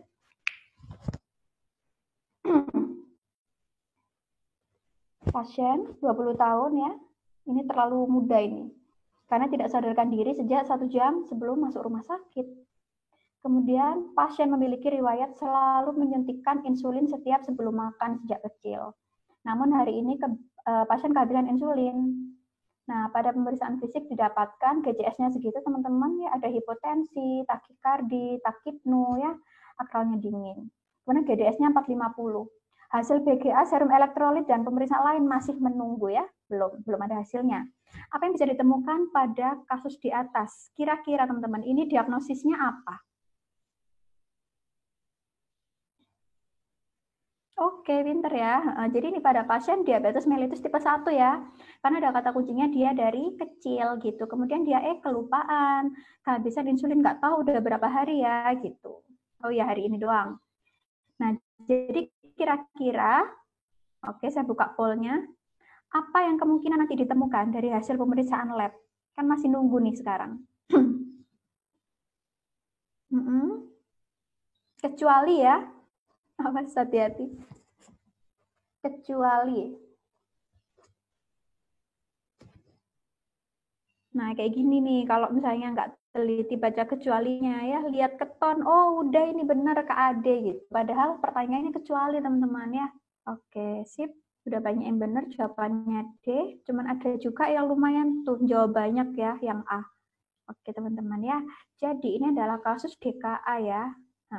Jadi emang dia presipitasinya karena dia kehabisan insulin, lupa nggak nyuntikin insulin, dan dia diabetes mellitus tipe 1. Nah, kalau misalnya hasil pemeriksaan lainnya ini menunggu hasil, kemungkinan nanti kalau misalnya kita udah tahu, oh ini kayaknya KAD. Jelasnya kalau KAD ketosis ya, dia ketonnya positif. Asidosis berarti dia pH-nya rendah, HCO3-nya rendah karena dia ada asidosis metabolik. Kemudian anion gap-nya meningkat ya, asidosis. Nah, osmolaritas meningkat ini pada kasus HHS. Pinter semua ya. Oke, udah tahu ya ini ya. Jadi dia membedakan antara KAD dengan HHS ya, dilihat dari osmolaritasnya. Oke. Jadi udah, pokoknya ini dua-duanya sama ya. Kita rehidrasi dulu menggunakan steroid gitu. Kalau misalnya pada kasus hiperglikemia krisis, insulinnya harus dibolus. Kemudian nanti di maintenance ya pakai drip insulin seperti itu. Jangan lupa cek juga kadar kalium ya. Oke, lanjut. Para pasien wanita usia 40 tahun datang ke poliklinik dengan keluhan jantung berdebar-debar, mata menonjol, tidak tahan panas, badan kurus, dan rambut sering patah. Oke, ya sejak 3 bulan yang lalu, memberat dalam 2 minggu terakhir. Keluhan juga disertai dengan benjolan di lengan ya, ini patologisnya, ada hipertensi, kemudian nadinya takikardia, ada berdebar-debar, kemudian T3 T4-nya meningkat, TSH-nya menurun. Nah, dosisnya bagaimana pemberiannya?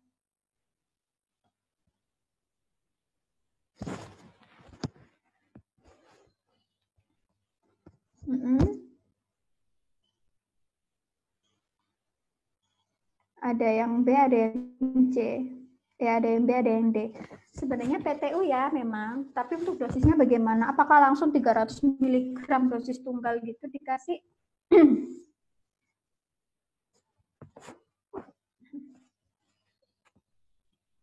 Ini juga nggak ada masalah kegawatan juga ya pada pasien, dia hanya datang karena keluhannya seperti itu. Ini nggak krisis steroid juga pasiennya ya. Oke, saya end polling. Oh iya, baik Dek Nila ya. Coba sini.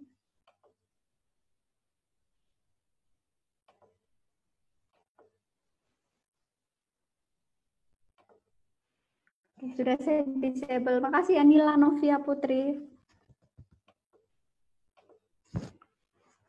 Oke teman-teman ya, tadi kebanyakan jawab B. Nah, padahal sebenarnya kalau kasus kayak gini harus dosis terbagi ya. Jadi 3 kali 100 gitu biasanya. Apalagi pada pasien ini bukan keadaan krisis juga ya gitu. Dianya grave disease dan dia kontrol ke poli. Nah, kayak gitu. Oke, tadi kita udah bahas untuk grave disease ya. Jadi kenapa kita perlu memberikan PTU? Nah, kayak gitu karena dia nanti bisa untuk menstabilkan hormon T3 T4-nya juga ya kadarnya. Gitu. Karena kan kalau pada grave disease tadi ingat ya, karena antibody terhadap TSH reseptor. Gitu. Jadi karena ditempeli, makanya nanti T3T4-nya tetap produksi banyak gitu. Karena ada autoantibody ini, harusnya kan TSH-nya udah mulai itu ya, di stop gitu kan, agar T3 T4-nya juga rendah, tapi enggak, itu malah ditempeli sama si autoantibody si iseng itu. Jadi dia nempel di reseptor TSH. Sehingga T3 T4-nya tetap diproduksi terus-terusan, jadi banyak. Itulah menyebabkan grave disease ya. Itu suatu autoimunnya hipertiroid. Kalau autoimunnya hipotiroid, jangan lupa tadi Hashimoto thyroiditis. Ya, kalau ini antibody terhadap TSH reseptor, kalau yang tadi antibody terhadap TPO ya, jangan keliru. Untuk terapinya PTU kita mulai dulu dengan dosis 3 kali 100 mg, nanti bisa naik ya. Gitu. Ini pasiennya belum storm kok dia, masih yang murni grave disease aja. Ya, lanjut. Kalau misalnya ada pasien ya dibawa ke IGD karena sulit diajak bicara sejak 30 menit yang lalu. Ya, pasien juga mengeluh lemas, gemetar, berkeringat dingin ya. Pasien memiliki riwayat DM sejak 7 tahun yang lalu dan rutin kontrol. Pada pemeriksaannya ada hipotensi, takikardi, kemudian hipoglikemia, 45 gula darahnya. Kemungkinan obat yang menjadi penyebab kondisi pasien di atas adalah dibaca ya. Oke.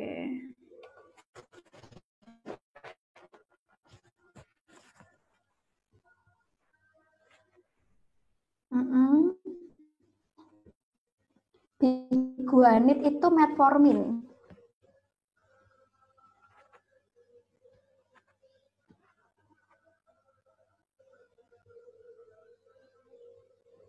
Oke ya, pintar.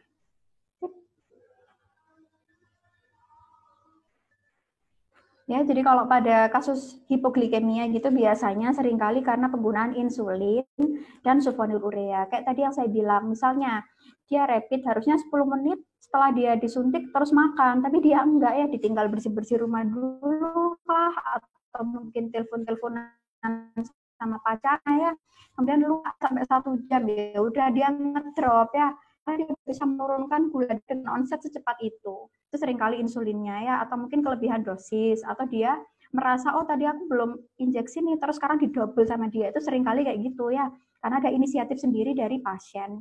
Juga ada karena sulfonylurea, jadi sulfonylurea kayak gibrenlamid ya, itu dia efek samping ke hipoglikemianya tinggi gitu ya, yang minimal kayak biguanid, DPP-4, nah itu dia apa ya, minimal untuk efek samping hipoglikemianya. Nah, untuk hipoglikemianya nanti kita harus membedakan antara ringan dengan berat ya. Apakah sampai ada penurunan kesadaran, apakah ada tanda-tanda kegawatan ya, kita harus lihat. Biasanya kalau pasiennya masih sadar ya, dia cuma ngeluh kayak lemes banget, pusing, bingung, gelisah, deg-degan, kemudian keringet dingin ya. Itu biasanya dia masih yang hipoglikemia ringan ya, dia masih belum ada tanda-tanda penurunan kesadaran ya, nggak pingsan. Nah, itu bisa kita berikan secara oral ya, dengan beban glukosa 30 gram gitu. Nanti dilarutin di air 1 gelas gitu, terus disuruh minum. Nanti kita cek lagi gula darahnya ya. Nah ini ya, etiologi penyebab paling sering adalah sulfonylurea dan insulin. Tapi kalau pada pasien tadi udah sampai penurunan kesadaran ya, itu biasanya masuk ke hipoglikemia berat. Kita harus segera berikan D40 IV ya, pelan gitu. Karena nanti perih ya, karena D40 itu pekat ya teman-teman ya. Nah, ini tanda-tandanya dari hipoglikemi, ada yang sering ini ya dari tanda-tanda autonomik neuroglykopenik. Boleh habis ini istirahat bentar ya, soalnya adzan.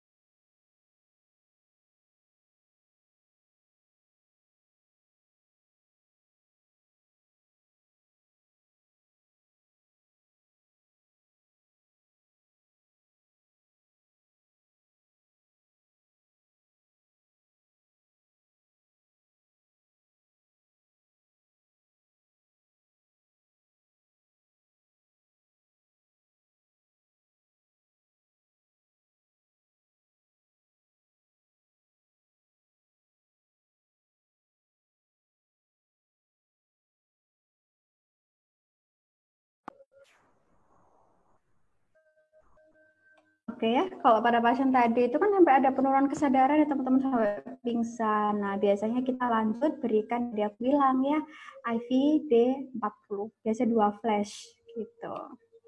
Nah, yuk lanjut. Usia 63 tahun, laki-laki, datang dengan keluhan nyeri di daerah tengkuk sejak 4 hari yang lalu. Pasien seorang perokok, pasien juga punya riwayat penyakit jantung koroner. Nah, sejak 5 bulan yang lalu ya, itu PJK-nya, dan dia rutin kontrol ke spesialis jantung. Pemeriksaan fisiknya didapatkan tanda-tanda vitalnya segitu. Nah, pemeriksaan penunjangnya didapatkan GDS-nya 169, LDL-nya tinggi, HDL-nya rendah, TG-nya ya lebih dari 150 ya tinggi, kolesterolnya juga tinggi. Target penanganan dislipidemia pada pasien tersebut adalah, oke dilihat dulu. Oke. Jadi teman-teman, kalau misalnya ada soal kayak gini, teman-teman harus tahu ya, kira-kira dia ada faktor resiko apa aja di situ ya. Jelas kalau pada pasien tadi dia ada riwayat penyakit jantung koroner, kemudian HDL-nya serendah itu ya. Nah, itu dia juga seorang perokok ya, jadi dia ada faktor resiko, kemudian dia juga ada penyakit yang meningkatkan apa ya, yaitu ya masalah kardiovaskular ya. Kemudian ada juga mungkin resiko dari cerebrovascular attack-nya kayak gitu. Nanti itu untuk target dari penurunan LDL. Oke ya, pintar, banyak yang jawab A. Ada juga yang jawab B sama D. HDL bukan sebagai target ya teman-teman ya. HDL dan TG bukan sebagai target. Kalau misalnya pada pasien seperti ini, memang kita harus agresifkan pada LDL ya. Seperti yang saya bilang tadi, karena LDL itu dia sebagai target pada saat ada radikal bebas masuk, maka LDL itu yang bersirkulasi itu gampang banget teroksidasi. Kalau udah kayak ketemu oksidasi, jadi LDL kalau ketemu free radical itu maka nanti dia ada kayak lengket banget gitu, jadi ox LDL ya, kayak ada lemnya gitu, Rek. Jadi pada saat dia kayak ada lemnya, dia gampang banget ya, nanti dia akan terakumulasi melekat pada tunika intima arteri ya. Kemudian nanti lama-lama dia membentuk foam cell, ya terbentuklah itu arteriosklerosis ya, aterom. Gitu. Nah, itu makanya kenapa LDL itu sebagai target utama saat kita terapi ya. Gitu. Karena dia memang bahaya banget teman-teman, apalagi kalau pada pasien-pasien kencing manis. Perokok itu radikal bebasnya sebanyak apa ya. Jadi kita harus benar-benar targetkan lebih agresif untuk penurunan LDL. Nah, sasaran penurunan LDL-nya untuk kasus tadi, karena pada pasien tadi ada PJK. Ada satu PJK wes tanpa melihat ada faktor risiko yang lain, itu udah masuk ke kategori resiko tinggi teman-teman.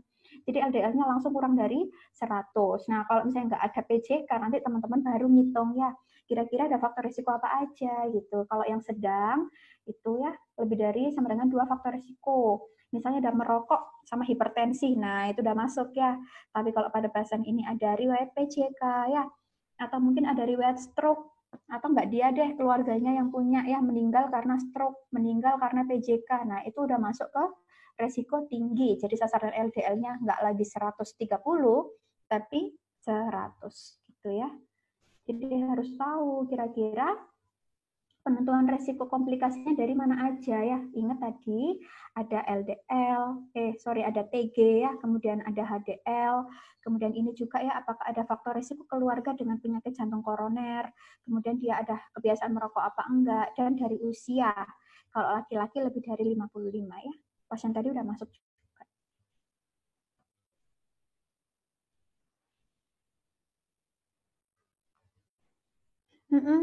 Biasanya ya kalau sangat tinggi 70 teman-teman ya. Pokoknya kurang dari 100 lah ya kalau pada pasien ini. Kalau misalnya ada tambahan lagi, dia DM udah masuk sangat tinggi gitu. Ya, jadi kalau target sampai kurang dari 70 biasanya kalau dia ada juga tambahan kayak diabetes mellitus. Sebenarnya pasien tadi masuk tinggi sangat tinggi sih ya, apalagi PJK-nya masih 5 bulan terakhir gitu. Ya untungnya nggak ada pilihan 70 ya, jadi kalian nggak bingung ya. Jadi kalau jawaban kayak tadi jawab aja kurang dari 100 gitu. Tapi kalau misalnya PJK saja benar ya Jesslyn ya 100. Tapi kalau dia ada DM-nya juga, nanti dibaca lagi algoritmanya ya. Kalau misalnya dia ada DM-nya juga, nah itu ya targetnya harus lebih agresif 70. Nah ya Aida, siapa itu Aida Taskia sama Jesslyn, sip, good ya. Oke, nomor 18. Seorang laki-laki usia 55 tahun dibawa ke UGD dengan penurunan kesadaran. Memiliki riwayat DM sejak 10 tahun yang lalu dan rutin mengkonsumsi sulfonylurea dan metformin. Saat ini sedang dalam pengobatan TB. Nah, tanda-tanda vitalnya segitu, teman-teman, ada takikardia, ada hipotensi, GDS-nya low. Cairan apa yang harus diberikan? Oke, dilihat dulu. 5, 4, 3, 2, 1. Yuk. Oke, hipoglikemi, ada penurunan kesadaran. Oke, banyak yang pilih D sama E. Mungkin ada yang lupa tadi D itu yang D40 50 mili, kalau yang E D40 25 mili atau satu flash doang. 5, 4, 3, 2, 1 ya. Kalau ada jawab B sama C itu nanti aja teman-teman, nanti aja. Sekarang atasi kegawatan daruratannya secara cepat ya, kita masukkan D40. Nanti untuk yang infus selanjutannya it's okay ya, B sama C. Ya, kalau pas pertama kali datang, apa yang harus kita berikan dulu ya? D40 ya. Gitu. Ya. Nah, kita berikan D40, 50 cc atau 2 flash ya. Sebenarnya ada teori 321. Kalau misalnya kurang dari 30, itu kasihnya 3. Kalau 30 sampai 60, kita kasihnya 2 flash atau 50. Kalau 60 sampai 70, itu kita kasihnya cukup 1 aja ya. 3, 2, 1. Kurang dari 30, kasih 3. 3 flash berarti 75 cc. Kalau misalnya dia 30 sampai 60, kasih 2. Kalau misalnya dia 60 sampai 70, kasih 1. Gitu ya. Kalau misalnya dia sadar bisa ngomong, cuman aduh aku kerasa lemes banget nih, nggak tahu, nggak kuat, nggak bertenaga. Nah, itu kita mungkin cuma bisa kasih oral, it's okay, nggak apa-apa ya, sambil kita nanti pantau, kita cek lagi gula darahnya gitu setelahnya. Nih ya, kalau GDS kurang dari 70 atau kurang dari 60, sadar nggak? Kalau pasiennya sadar, tadi yang saya bilang ya, dikasih cairan, dikasih gula murni ya, dengan beban 30 gram, biasanya nanti dimasukin ke gelas gitu, 1 gelas gitu ya teman-teman ya.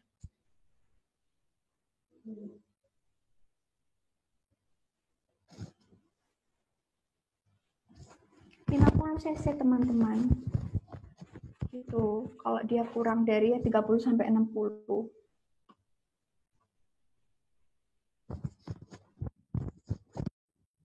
Yang koas dulu mungkin ingat. Kalau udah yang kurang dari 30 udah nggak bisa lagi pakai 1 atau 2 ya, pakainya langsung 3 biasanya. 50 Novia. Ya kita pakainya 50. 50 cc. Apalagi kalau dia 45 ya, kalau 25 cc nggak ngangkat.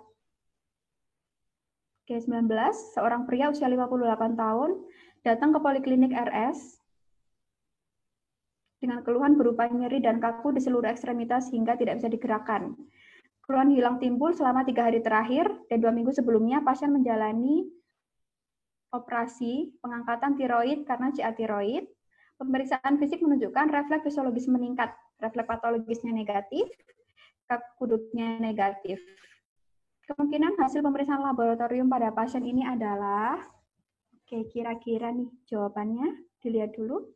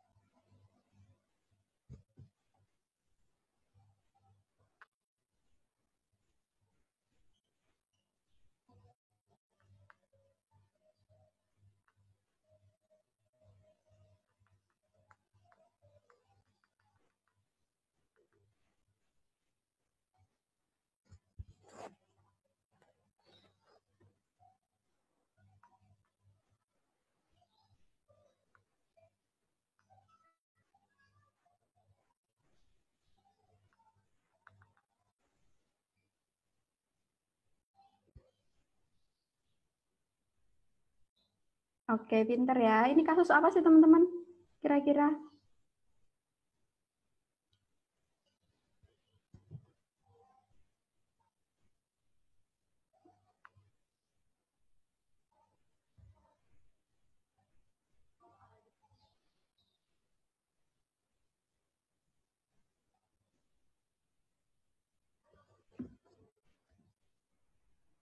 Oke ya, hipoparatiroid ya, jelas karena dia habis dioperasi nih ya, kelenjar tiroidnya. Jadi kemungkinan keangkat kayak kasus tadi itu ya. Oke. Jadi seperti yang saya jelaskan tadi, itu ada tanda-tanda softtek ya, softtek sign positif karena ada hipokalsemia. Gitu. Yuk lanjut. Mungkin tinggal sisa 4 soal terakhir ya. Kemudian nanti istirahat dan dilanjutkan ke materi dari Dr. Adit. Oke ya, usia 50 tahun, datang ke puskesmas, mengeluh, sering kencing, mudah lapar, mudah haus, dan mudah lelah sejak 5 bulan yang lalu. Namun memberat selama 3 minggu terakhir. Riwayat keluarga diabetes mellitus positif. TTV-nya dalam batas normal. Pemeriksaan gula darah puasanya 158, gula darahnya 2 jam setelah makan 225. Pasien diberi 2 obat penurun gula. Nah, obat antidiabetes yang bekerja meningkatkan efek hormon inkretin adalah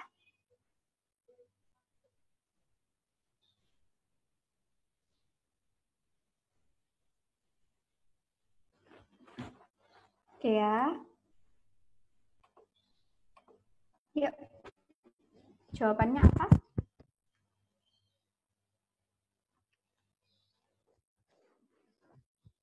Yang E itu akarbos ya.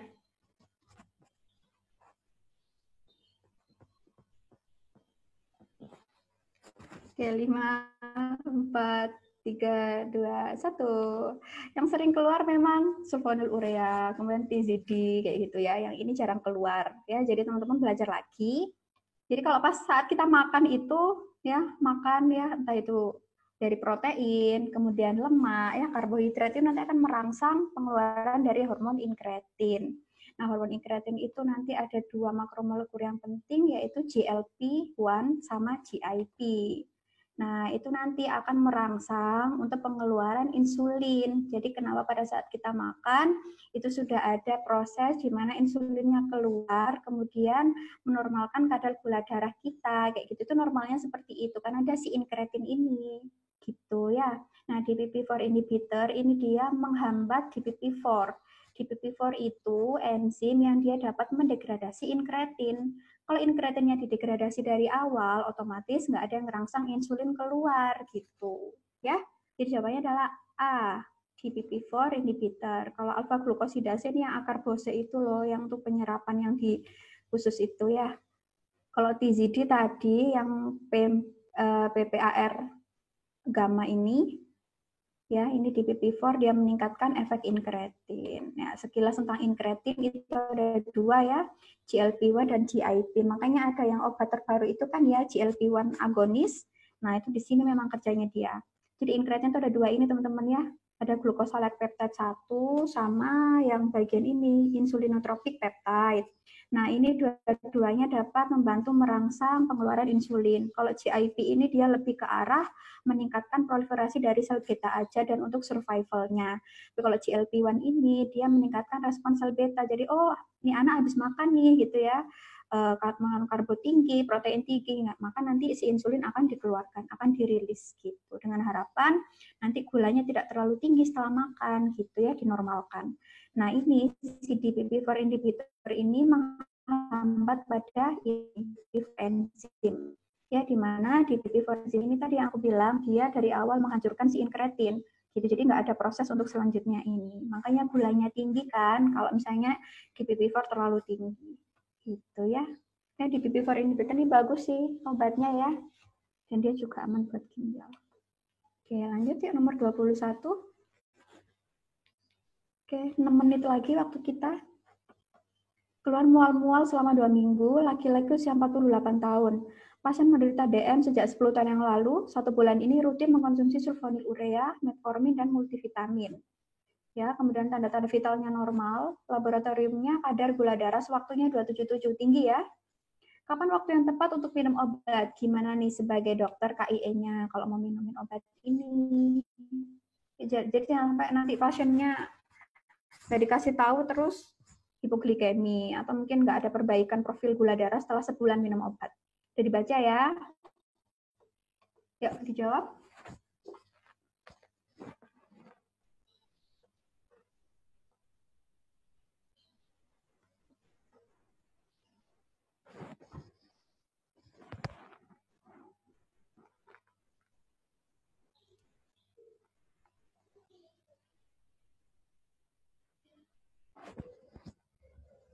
Oke. 5, 4, 3, 2, 1. Oke, pintar. Teman-teman, kalau akarbos kapan sih minumnya? Kalau akarbos diminumnya pas kapan kira-kira? Oke, pintar ya. Di pada saat makan ya. Suapan pertama. Jadi ini penting ya, sekaligus juga kita KIE insulin kalau yang rapid, kalau short acting ini kapan nyuntikinnya ya, berapa menit sebelum makan itu juga harus dipelajari, takutnya nanti keluar. Jadi bisa jadi nanti soal yang keluar insulin ya, bukan yang obat, jadi disiapin aja. Rapid sama short beda ya, untuk onset waktunya. Yang tadi glibenclamid biasanya sebelum makan ya, pokoknya sulfonylurea sebelum makan, kemudian nanti yang metformin biasa setelah makan, dan akarbo suapan pertama. Oke, nah kalau yang insulin ini ya teman-teman ya, nanti belajar lagi kapan sih kapan kita mulai langsung berikan insulin, pada indikasi apa aja, kemudian nyuntikinnya berapa menit sebelum makan ya, harus tahu. Oke, 2 soal terakhir. Datang ke praktek dokter dengan keluhan tangan dan kaki terasa membesar dan bentuk wajahnya mengalami perubahan. Sepatu dan sandal pasien sudah tidak ada yang muat digunakan. Selain itu, pasien juga mengeluh banyak berkeringat. Dari hasil pemeriksaan didapatkan adanya pembesaran abnormal di bagian bawah bibir hidung, telapak tangan, dan telapak kaki. Ya, kuku pasien juga tampak menebal dan mengeras. Nah, apa yang mendasari proses di atas dibaca dengan teliti. Ini saya juga dapetin dari TOIT yang terbaru ya, jadi kemungkinan keluar juga. Kemungkinan. Oke. Ya.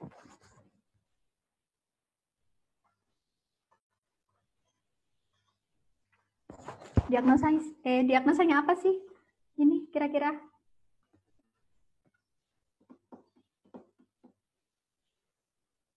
Oke, pintar, akromegali ya.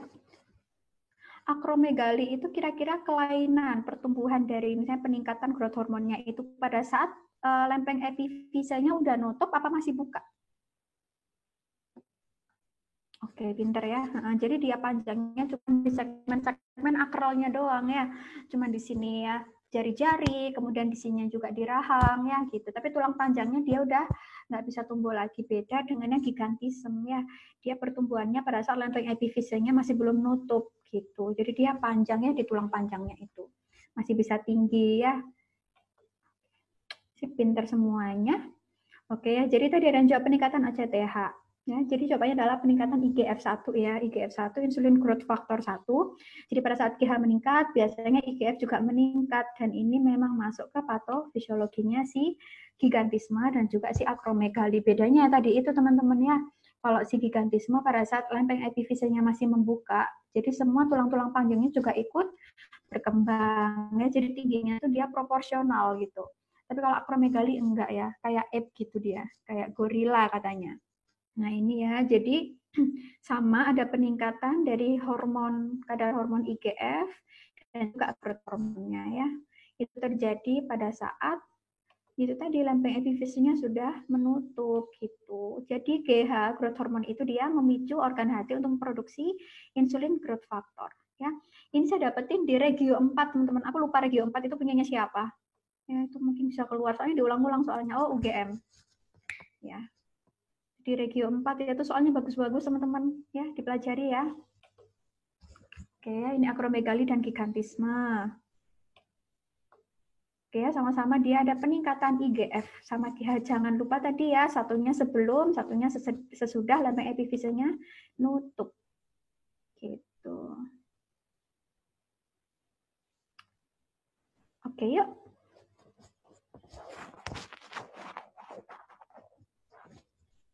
Keluhan BAK-nya terus-menerus, dalam sehari bisa sampai 25-30 kali. Pasien juga ada rasa haus yang berlebihan. Namun keluhan sering lapar dan menurun berat badan disangkal ya. Awalnya mungkin dipikir diabetes mellitus, ternyata nggak ada polifagi. Ya, penurunan berat badan juga disangkal gitu. Pipisnya aja yang banyak ya. Oke, osmolitas urinnya turun 150. Kira-kira diagnosis yang tepat pada pasien di atas adalah, oke, aku buka ya.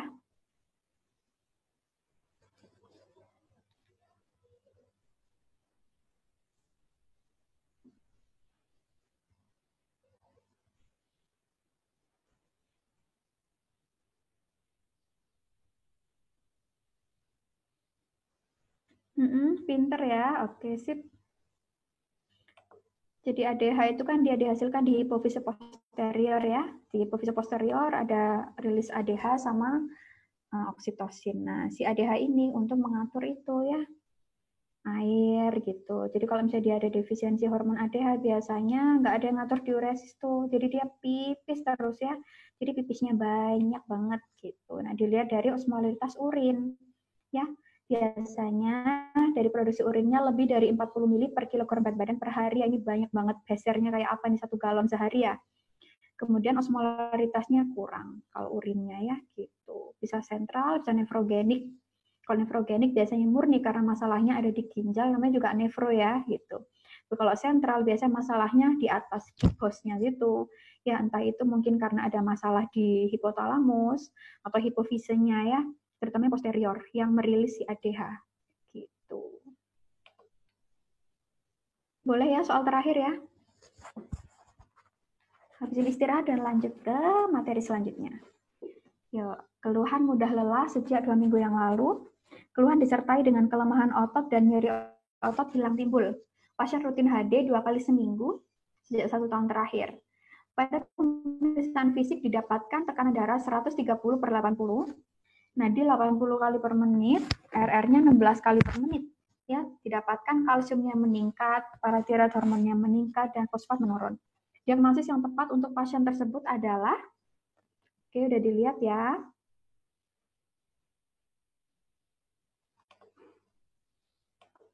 Kebalikannya tadi nih.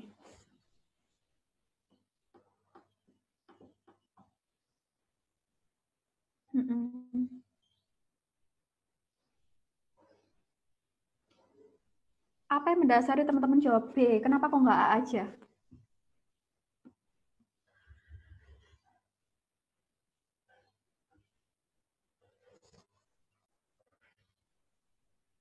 Kenapa? Oke, pinter ya. Jadi kemungkinan pada pasien ini ada masalah penyakit kronik ya, komorbid sebelumnya yaitu CKD. Sip, pinter banget. Pinter ya. Pernah ada soal juga yang nggak ada kata kunci sama sekali, teman-teman jawabnya yang A ya gitu. Jadi UKM PPD itu terkadang ada yang full blown, ada yang enggak gitu. Kalau misalnya nggak ada kata kunci sama sekali, ada riwayat penyakit apapun, jawabannya yang A ya. Mungkin karena bisa autoimun gitu. Oke, ini teman-teman ya, paratiroid, ada gangguan hemostasis ya, ini kalsium.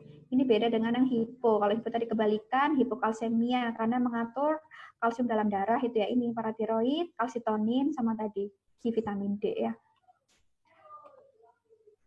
Nah ya, ada primer, ada sekunder. Kalau sekunder itu biasanya karena ada masalah penyakit-penyakit seperti CKD ya, kemudian atau mungkin defisiensi vitamin D, kayak gitu. Tapi kalau hiperparatiroid primer biasanya karena kelainannya murni di atas ya, di hipofise atau di hipotalamus. Jadi semuanya primer sekunder, jangan lupa kalau primer itu di organ yang terkait, kalau sekundernya itu yang di sananya ya. Nah, untuk gejala hiperkalsemia ya mirip-mirip dengan hipokalsemia sih teman-teman ya. Ada mual dan nafsu makan, kemudian haus berlebihan, sering buang air kecil dan lain-lain gitu ya. Jadi kalau pada kasus ini udah ada riwayat HD 2 kali, berarti kan kemungkinan dia CKD stage akhir ya. Gitu berarti itu dapat menyebabkan penyakitnya dia ini. Berarti dia sekunder. Kalau primer murni di paratiroidnya. Gitu ya, atau mungkin kan ada tumor biasa adenoma kayak gitu. Oke, selesai. Teman-teman istirahat dulu, mungkin 10 menit. Untuk PPT nanti mungkin dijelaskan teknisnya oleh adminnya ya.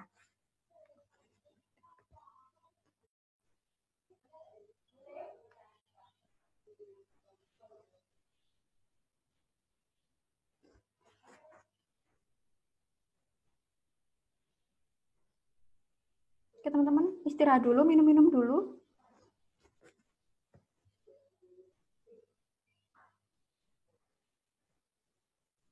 Iya. Ya mungkin banyak teman-teman sebenarnya udah tahu sih ya gitu, cuman mungkin kurang teliti aja kayak baca-baca kayak tadi saya kecuali atau mungkin soalnya dirubah dikit dimodifikasi, jangan sampai bingung ya gitu. Jadi benar-benar harus tahu oh ini kalau pada kasus kayak gini gitu. Kalau misalnya krisis diginiin, kalau enggak ya udah berarti ya angka pasien stabil gitu ya. Jangan sampai langsung dikasih obat langsung banyak dengan dosis gitu ya, harus pakai dosis terbagi kayak kasus tadi itu. Kalau misalnya nanti dia ada penyakit apa ya, teman-teman pilih obatnya yang apa, itu harus ngafalin juga efek samping, kontraindikasi gitu ya.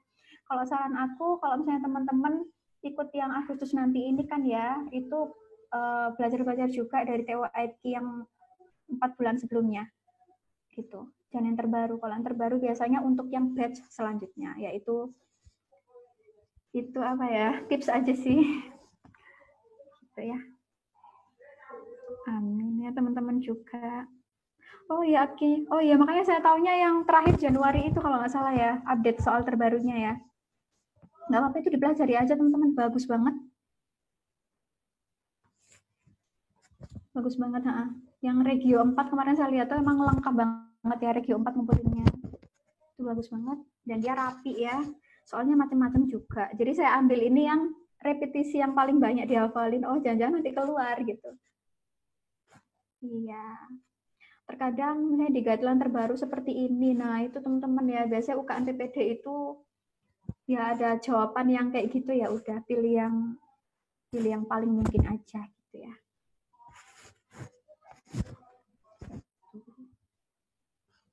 Udah sambil istirahat teman-teman. Jangan lupa follow IG kita untuk tahu misalnya ada update-update, karena kita bakal sering ngadain kayak trial class atau mungkin nanti ada webinar online mungkin ya, doakan. Ya, pantengin terus lah ya teman-teman, jangan lupa belajar lagi, yang kurang-kurang teliti itu harus lebih ini lagi ya, karena seringkali teman-teman tahu tapi nggak teliti aja. Saya juga pun seperti itu gitu loh ya. Oke, IPD 18-19 soal, semoga lancar.